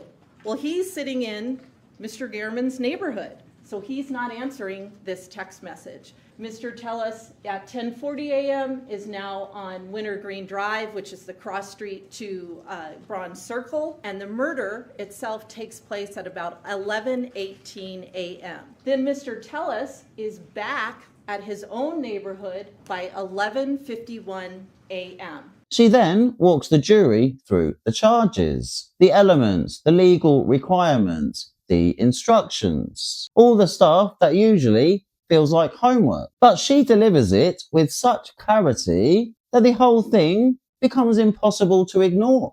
So let's talk about first-degree murder. As Judge Levitt explained to you, there are 3 theories three pathways that you can reach a verdict of first-degree murder. The first one is a willful, deliberate, and premeditated murder. The second one is murder perpetrated by means of lying in wait. And the third one is murder perpetrated during the course of elder abuse. So let's talk about what each of these mean. Willfulness is very simple. It's simply an intent to kill. It's deliberation. Even if you didn't have all of these actions back in August, the length of time of the actual attack itself is sort of a shorter version demonstrating a course of action to kill, right? In the course of 2 minutes, you are stabbing someone multiple times. You could change your mind, but he doesn't do that. He keeps going and going and going, not even withstanding all this pre-planning. Now, premeditation is the last element of that first theory of first-degree murder, and that is simply a decision to kill before you do it. Let's talk about the second theory of first-degree murder, which is murder perpetrated by means of lying in wait. And in this case, you actually see the actions of Mr. Tellis literally lying in wait. The third theory of first-degree murder is murder occurring during the perpetration of abuse of an older person. We have that in this case. Mr. Gehrman was over 60 years old. When you go back to deliberate, you'll be asked two overarching general questions about the crime. And those are, was a deadly weapon used in the commission of the crime? And was the victim of the crime 60 years of age or older? At the end of his testimony, I think yesterday, Mr. Tellis explained that, he's really a victim in this. Or maybe it's not that he was wronged. Maybe he's the one in the wrong. So now it was time for the defense to have their final say before deliberation. So if they had anything at all that was going to save that horrible little man, now was the time. And what did we get? So he proceeds to try to make us all fall asleep with his raising doubt exercise, a long, wandering collection of irrelevant, pointless fragments that changed nothing and meant even less. I mean, it was weak, painfully weak. But I won't bore you with it, because Christopher addresses every last scrap of it in his rebuttal anyway. So the defense does the whole reasonable doubt dance. And then he pulls out his star prize. The thing he clearly believed would make the jury stop and think. Never mind the last 10 days of pure airtight prosecution evidence that practically gift-wrapped Tellez as the killer. No, this was going to change everything. So he finds one of the CCTV clips, zooms it in, slows it down, and yes, the shadowy figure does look like he might have hair. And he presents it to the jury like he's just solved the entire case. So it was like, everyone, stop what you're doing. I've cracked it. I don't know who the killer is, but I can tell you this. The guy in the video has hair. And as you can see, my client is so bald that when he skips a shave, people ask him why his head's on upside down today. Watch this.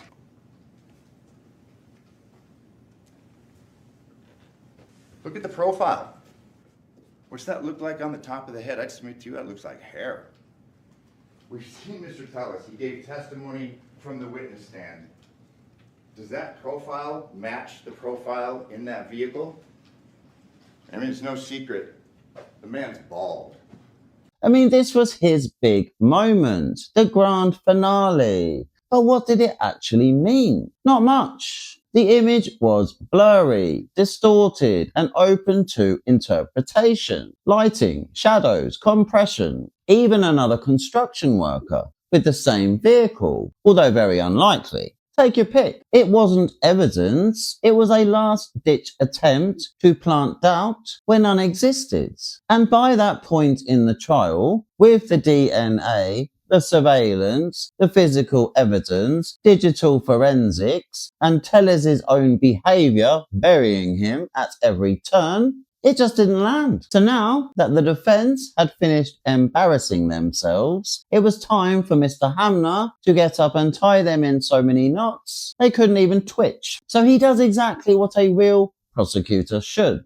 He stands up, tells the entire story from start to finish, proves every point along the way, and then calmly sweeps up whatever nonsense the defense had just thrown around in their clothes. And while he's conducting this masterclass rebuttal, Tellez is over there putting on the performance of his life. So his facial expressions have been non-stop the entire trial. He's like an animated cartoon character trapped in a courtroom, sitting there looking like a pale egg in a suit, desperately in need of a suntan, shaking his head at everything like his opinion matters. I mean, please. The defendant murdered Jeff German. He murdered him because Jeff's writing destroyed his career. It destroyed his reputation. It threatened probably his marriage, exposed things that even he admitted he did not want the public to know. And he did it because Jeff wasn't done writing. And he learns that Jeff wants to write more. And when he learns about the subject of it, it's not about him and Alicia. It's not about him and Rita. It's not about anybody except him and Roberta. And I would submit to you, the state would submit to you, that Mr. Tellez had had enough of being exposed, written about, publicized, embarrassed, and he wasn't going to have it done again. He's building a reconnaissance case. He starts to go on to Google Maps. He starts doing surveillance at Popeyes. He's using the power of his office and their computer software to find private details about Jeff, so it can culminate in murdering him. And that's what he does. But I gotta start with what he got up and told us about, the alleged conspiracy. The conspiracy grew, and it grew, and it grew. It was remarkable what he had to say, and not in a good way. His testimony was incredible, and not in a good way. He explained, or at least attempted to, explain this conspiracy. Compass is like, hey, guess what? Hey, Metro Homicide, we need you to join us to go frame this outgoing politician. I mean, we killed the reporter. That's not important. But I want you to join us in this, and let's go frame this guy. And all of Metro's like, sign me up. Sounds great. Does that make any sense? Absolutely not. And then it literally culminates with Steve Wolfson, like the DA. It culminated with him. He can't quite link it up, but he threw that name out there. Under Nevada law, if you believe a witness has lied about any material fact in the case, you may disregard the entire testimony of that witness or any portion of their testimony, which is not proved by other evidence. And what's amazing is if you believe that story about this conspiracy, all of these people and all of these entities were willing to sacrifice their reputation, their business, their police department, even the public administrator's office. They're all willing to put it on the line to kill a reporter, to get that guy, even though he's leaving in 3 months? Does that make a shred of sense? Absolutely not. That is how important Mr. Tellez views himself. That every single one of these people, every single one of these entities were literally willing to kill another human being who is not him just to frame him. Does that make sense? Like, why would they kill the guy who wrote the stories that got this guy out of office? Why would Compass do that? That doesn't make sense. He is not a U.S. senator. He is not a governor. He is not a congressperson. And again, if Compass is literally willing to kill, why not just kill him? Just kill him. Why does Jeff have to suffer? And then we have his walk. Like, he's got a little hitch in his getup where he kind of leans to this one side. You can kind of see it. There's something that is about his little walk. These three theories of liability are abundantly clear. He is guilty beyond a reasonable doubt on all three theories, and it's not close. He took the life of an individual who was simply doing his job because he didn't like how it impacted him personally. Please hold him accountable for murdering Jeff German. Thank you very much. This guy was built for taking Tellez down. For years, Tellez had bulldozed through his life, making everyone else's a misery. And the moment Jeff and Mr. Hamner step into the ring, the tables flipped so hard they nearly broke. The bully finally met someone he couldn't intimidate. And now here he is, a lifelong control freak, sitting in a courtroom where he has no control at all. A man who used to bark orders at everyone now has to ask permission to eat, sleep, and even go to the toilet. The irony writes itself. And that was that. So now it was finally time to see what the jury made of this mountain-sized charade Robert Tellez had created all on his own. So they went to deliberate. And this part genuinely surprised me. I mean, 12 hours. 12 hours they took. They even slept on it. I half expected them to say, "Judge, no need for the jury room. We made our decision the moment he opened his mouth on the stand. Just give us a quick bathroom break and we'll sign the form." But no, they took their time. Whatever they discussed, only they know. And then they came back. And the result was exactly what reality had been screaming the entire time. Guilty on all counts. Not just one theory, all three, unanimously. They only needed one. We, the jury in the above entitled case, find the defendant, Robert Tellez, as follows. Guilty of first-degree murder. Special verdict. The jury unanimously finds the murder willful, deliberate, and premeditated. The jury unanimously finds the murder was committed by means of lying in wait. The jury unanimously finds the murder was committed by means of elder abuse. And on top of that, guilty on both enhancements too. Again, unanimous. Murder with use of a deadly weapon. Victim 60 years of age or older. Guilty of first-degree murder with use of a deadly weapon. Victim 60 years of age or older. Tellez looked unhappy. But honestly, I don't know why he looked so confused. He didn't think that performance was going to work, surely. And just like that, it was over. So now that the jury had delivered their multiple guilty verdicts, this is where everything would normally stop. You'd set a sentencing date, send the jury home, and deal with the rest weeks later. But not here, not in Nevada. So here they do things differently. The moment the verdict is read, the guilt phase, as it's referred to, promptly ends. The trial, the theories, the enhancements, everything that decides what he's guilty of.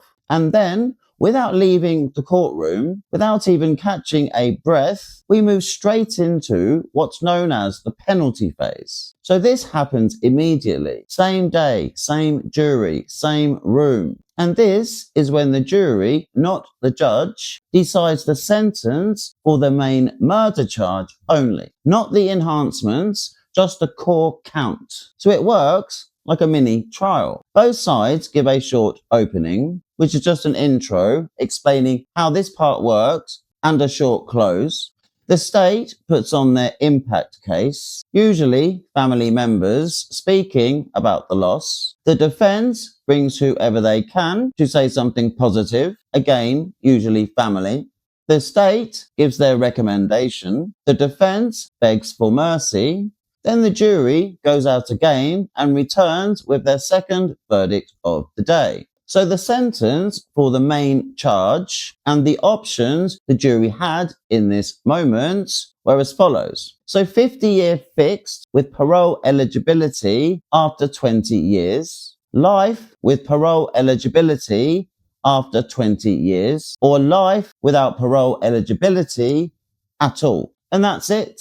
Those were the choices. But the process does not end here, as Nevada splits sentencing into two stages. So right now, the jury decides the punishment for the murder itself. Later, at the official sentencing hearing, the judge reads the full final sentence, the jury's decision, plus the judge's rulings on the enhancements. So the enhancements aren't decided here. They come later at sentencing. And with that said, the penalty phase begins. So now that all the legal explanations are out of the way, the state begins their penalty case. And the first people they call are Jeff's brother and 2 sisters. And let me tell you, up to this point, we've only really heard about Jeff, the reporter, the professional, the investigator, the man doing his job. But when his siblings walked up, suddenly we weren't hearing about Jeff, the journalist, anymore. We were hearing about Jeff, the brother, Jeff, the uncle, Jeff, the heart of the family, the 3 J's. Jay, Jill, and Julie. 4 if Jeff was still alive.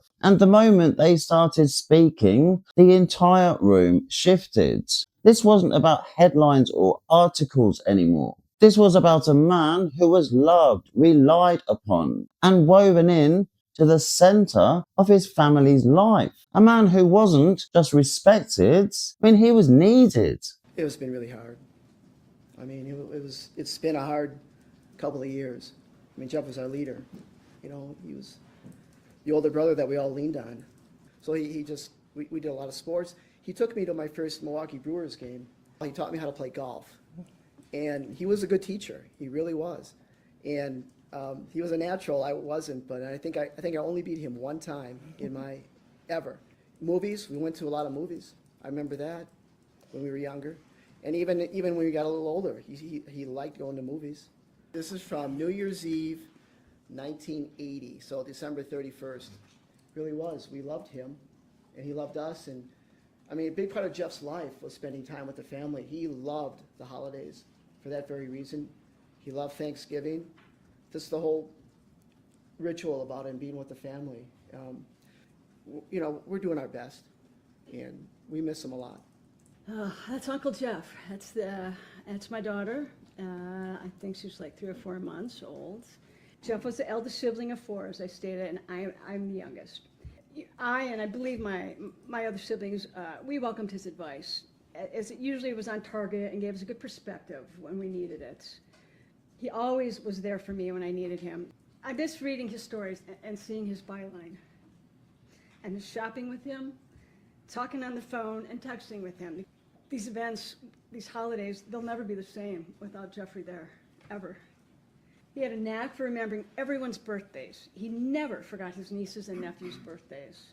He was kind, he was loving, he was loyal, and he was fun. He was our big brother Jeff and our children's loving uncle. He is so deeply missed every day. That's a picture of Jeffrey when the girls were young, so it's with Morgan and Lexi. They were just on the couch, and of course there's always a cat in our house, so there's a picture of Daisy with them also. So it seems like Jeff was a pretty devoted uncle. Oh my goodness, yes. He loved his nieces, he loved his nephew. He loved just to be around them whenever he could. Basically, Jeff was a family man. He loved being with his family. He loved sitcoms and was especially fond of 2.5 Men and Seinfeld. He had many of the classic lines committed to memory from those shows, and he would use them often. He just really enjoyed being with people. The tragic and brutal taking of his life has resulted in a loss that I don't think we'll recover. So once the state had finished, it was time to see who would speak for Tellez. And his side basically consisted of his 2 wives and his mother. And to be fair, according to them, he was a model father and a model son, which is difficult to reconcile when by this point we all feel like we've come to know Robert extremely well. So take that with a pinch of salt. Robert is my husband, and every marriage has its ups and downs, but it's been a good marriage overall, I would say. He was a great provider. Not just monetarily, but also he was there. We're a blended family. So I have my son, his daughter, and then we have our youngest one is together. And he was always there, especially for our kids. Robert he is an amazing father. And like I said, even to this day, he tries to stay involved with the kids. He tries to share some type of an experience with them, even when he was at the detention center. Robert really is a great father, and he's a good husband. And I would love at some point to give my children the chance to have their father back. Robert Tellis was my first husband. We have a daughter together who is an amazing child. He is a great dad to her. He loves her. She misses him every day. In your opinion, is he capable of change, learning? Absolutely. Ms. Naya, you are Robert's mother. Yes. Tell us about him and about your other children. He's an excellent dad, always very involved. And like I said, even with me, as an adult, always helping financially, emotionally. I have a lot of health issues. He was always on top of that. Even to this day, we talk several times a week. Thank you, ma'am. Can I say one last thing, Judge, please? Please, do you have another, there's something else that you'd like to tell us? Yes. I ask you to please, I accept the verdict. And if you could please give my son a chance of parole. His family is still very young, and I would like for him to someday be back with them again. Please. Thank you. I mean, I imagine the wives were doing it for the kids. And well, mothers will always stand by their sons, no matter what they've done, including murdering innocent reporters and then accusing the whole world of being corrupt. I mean, if he was my son, I wouldn't be identifying myself and speaking up for him on national telly. I mean, I'd be pretending he wasn't mine.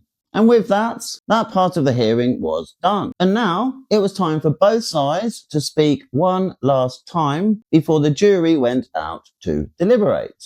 So the defense were forced to go first because the state waived their initial statement. They decided to save everything for the rebuttal so they could have the last word, which means the defense is forced to open with their whole begging routine. And before we get into what they said, I need to point something out quickly. So by this stage, we'd heard a lot about Robert, the amazing dad, Robert, the devoted father, Robert, the provider. They've been pushing that angle since day one. The whole my family needs me, I'm the breadwinner, I'm the protector narrative. So let's actually look at that for a second. This wasn't a snap decision murder. He planned this for an entire month. 30 days to think about the consequences. 30 days to realise that if he went through with this so-called great dad would no longer be around to take care of his family that needs him so much. And he still did it. Not only that, after the murder, he spent months making a spectacle of himself on national television, throwing out accusations left, right and centre. So now his kids don't just have to live with the fact their father committed first-degree murder, they also have to deal with the total fool he made of himself during the public circus he created around the whole thing.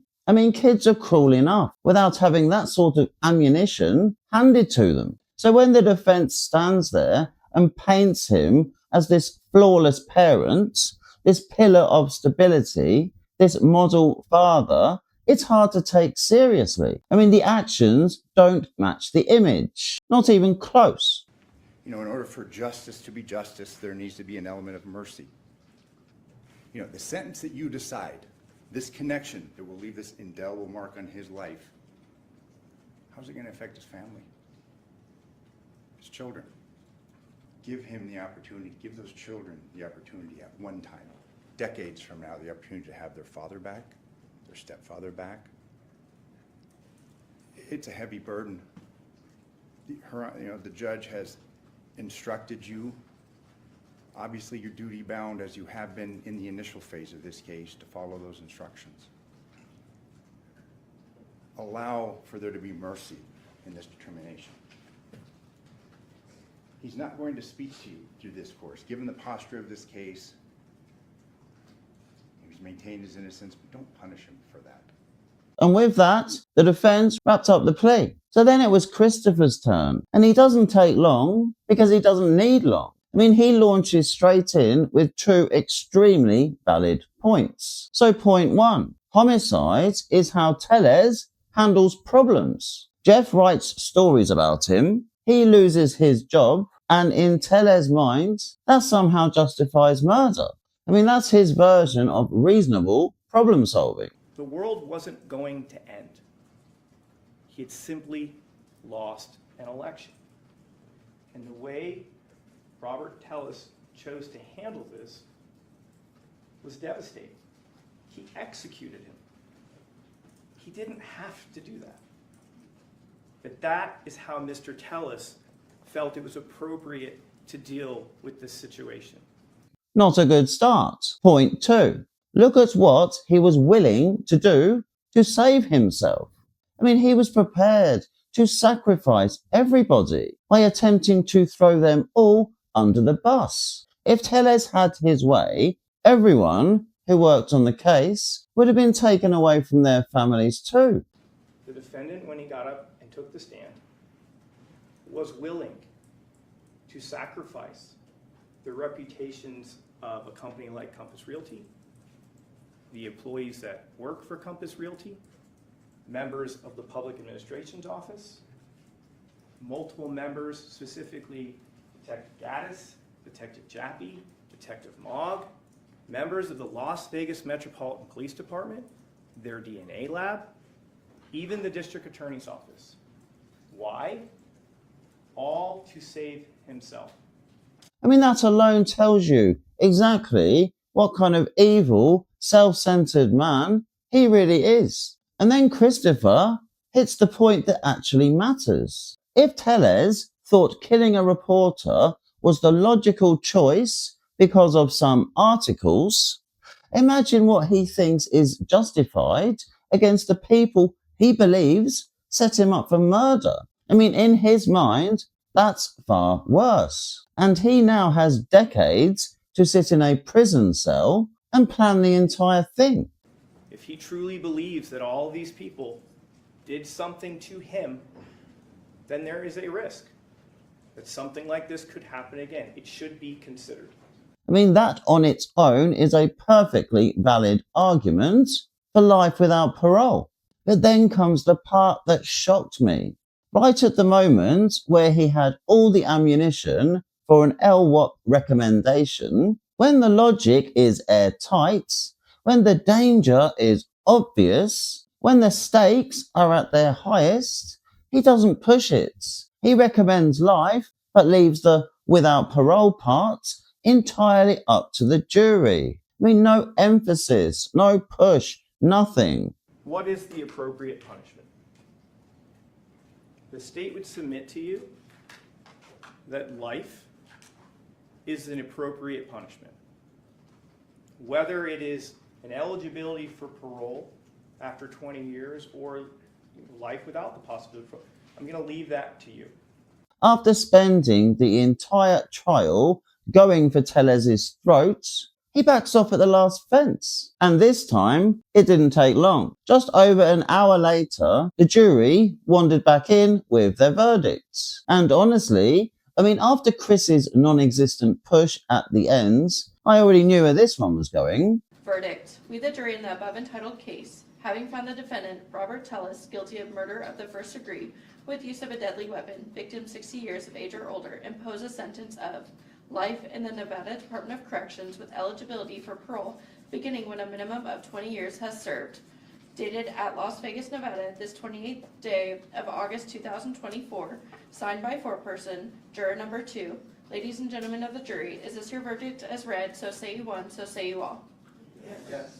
I mean, life with parole? Are they serious? This man has shown repeatedly that he is a danger to society and handles normal life problems like someone who's never actually had a normal life problem. And somehow the conclusion is, yeah, let's give this walking liability a release date. Unbelievable. So just to be clear, the jury has now set the sentence for the penalty phase. Life with parole eligibility after 20 years. But fear not, it's not over yet. We still have the formal sentencing hearing to get through, and that would take place a few months later. And remember, at the next hearing, he still has to be sentenced on the enhancements. So it was now October 16, 2024, and Tellez was delivered back into the courtroom in chains, which frankly is exactly where he belongs. But before we get into the outcome, let me explain why the courtroom suddenly looks like a waiting room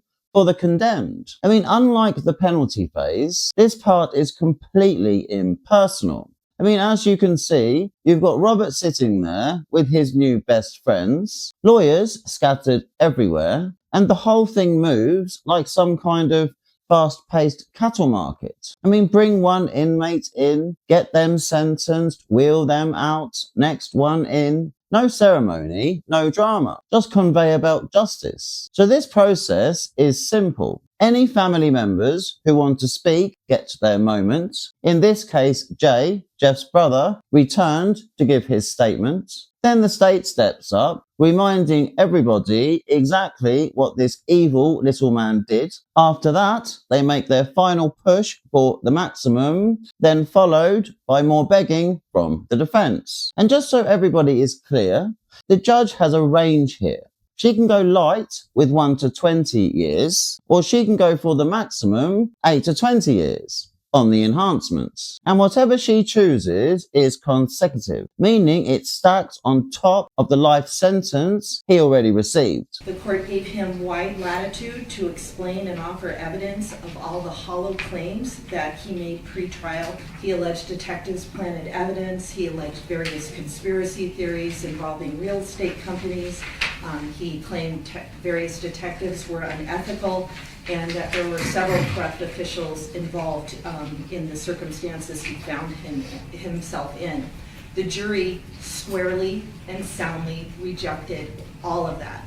And finally, and most importantly, the family of Mr. Gehrman lost a beloved family member, an uncle, and a brother. Based on all of these factors, the state respectfully asks for the maximum sentencing enhancement available to the court. Mr. Tellez exercised his constitutional right to go to trial and to testify. Punish him for exercising his constitutional right is obviously inappropriate. He intends to pursue an appeal. Obviously, again, that's not really for today's discussion. Your Honor heard from his family. He's an exemplary father. He was a good student. He was elected to office. In most part, he was a good husband. And based upon what the evidence Your Honor has heard, the statements of the parties, our arguments, and the information contained within the pre-sentence investigation report, which I just want to put on the record, there's no Stockmeyer issues. We've submitted to Your Honor's sound discretion. First of all, I want to say that the family has my deepest condolences.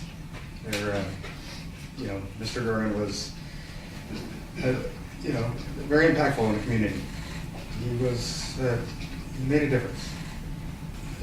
And I understand the desire to seek justice and have somebody accountable for this. But I did not kill Mr. Gehrman. And unfortunately, the people who should be held responsible, who should be brought to justice, the chances of that happening now, right this minute, are slim to none.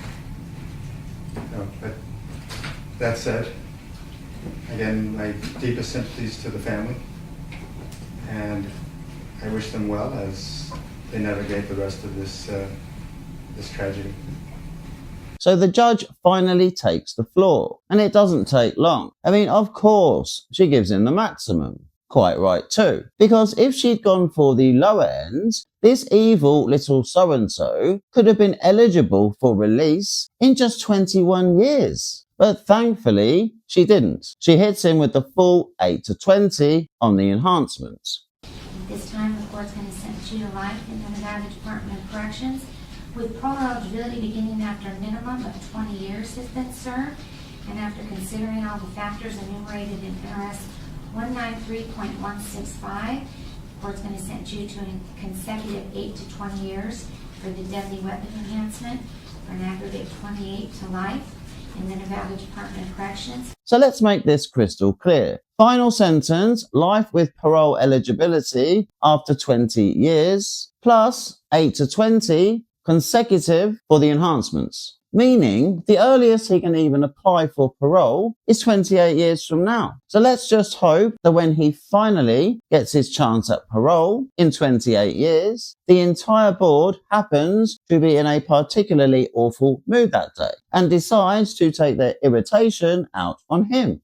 However, as we know, this would then put them on the conspiracy list, meaning their lives could also be in danger. Although by that point, Robert will be in his late 70s. So there's no real threat unless he tries to run them over, of course, in his wife's Yukon. So that was that. Robert Tellez was officially sentenced to life with parole eligibility after 28 years. So following sentencing, he was transferred to High Desert State Prison, a maximum security facility just outside of Las Vegas. So this is where Nevada typically houses high-profile or high-risk inmates, and it's exactly where he belongs. So following his conviction and sentencing, Robert wasted no time filing an appeal with the Nevada Supreme Court, hoping to overturn the verdict and secure a new trial. So his new appellate legal team raised several points, including the exclusion of a key witness and questions about the fairness of certain trial proceedings. As of the making of this video, the appeal is still pending. No ruling, no hearing date, nothing moving. So his conviction stands whilst the higher court reviews the case. Speaking with the DA, Steve Wolfson, afterwards, he made it clear he was confident the trial was conducted properly from start to finish. We expect an appeal, but my prosecutors, the Metropolitan Police Department, everybody involved put on a solid case. So we feel very, very comfortable that he will not be successful on appeal. So at this point, sure, he can hope, but hope is about all he has.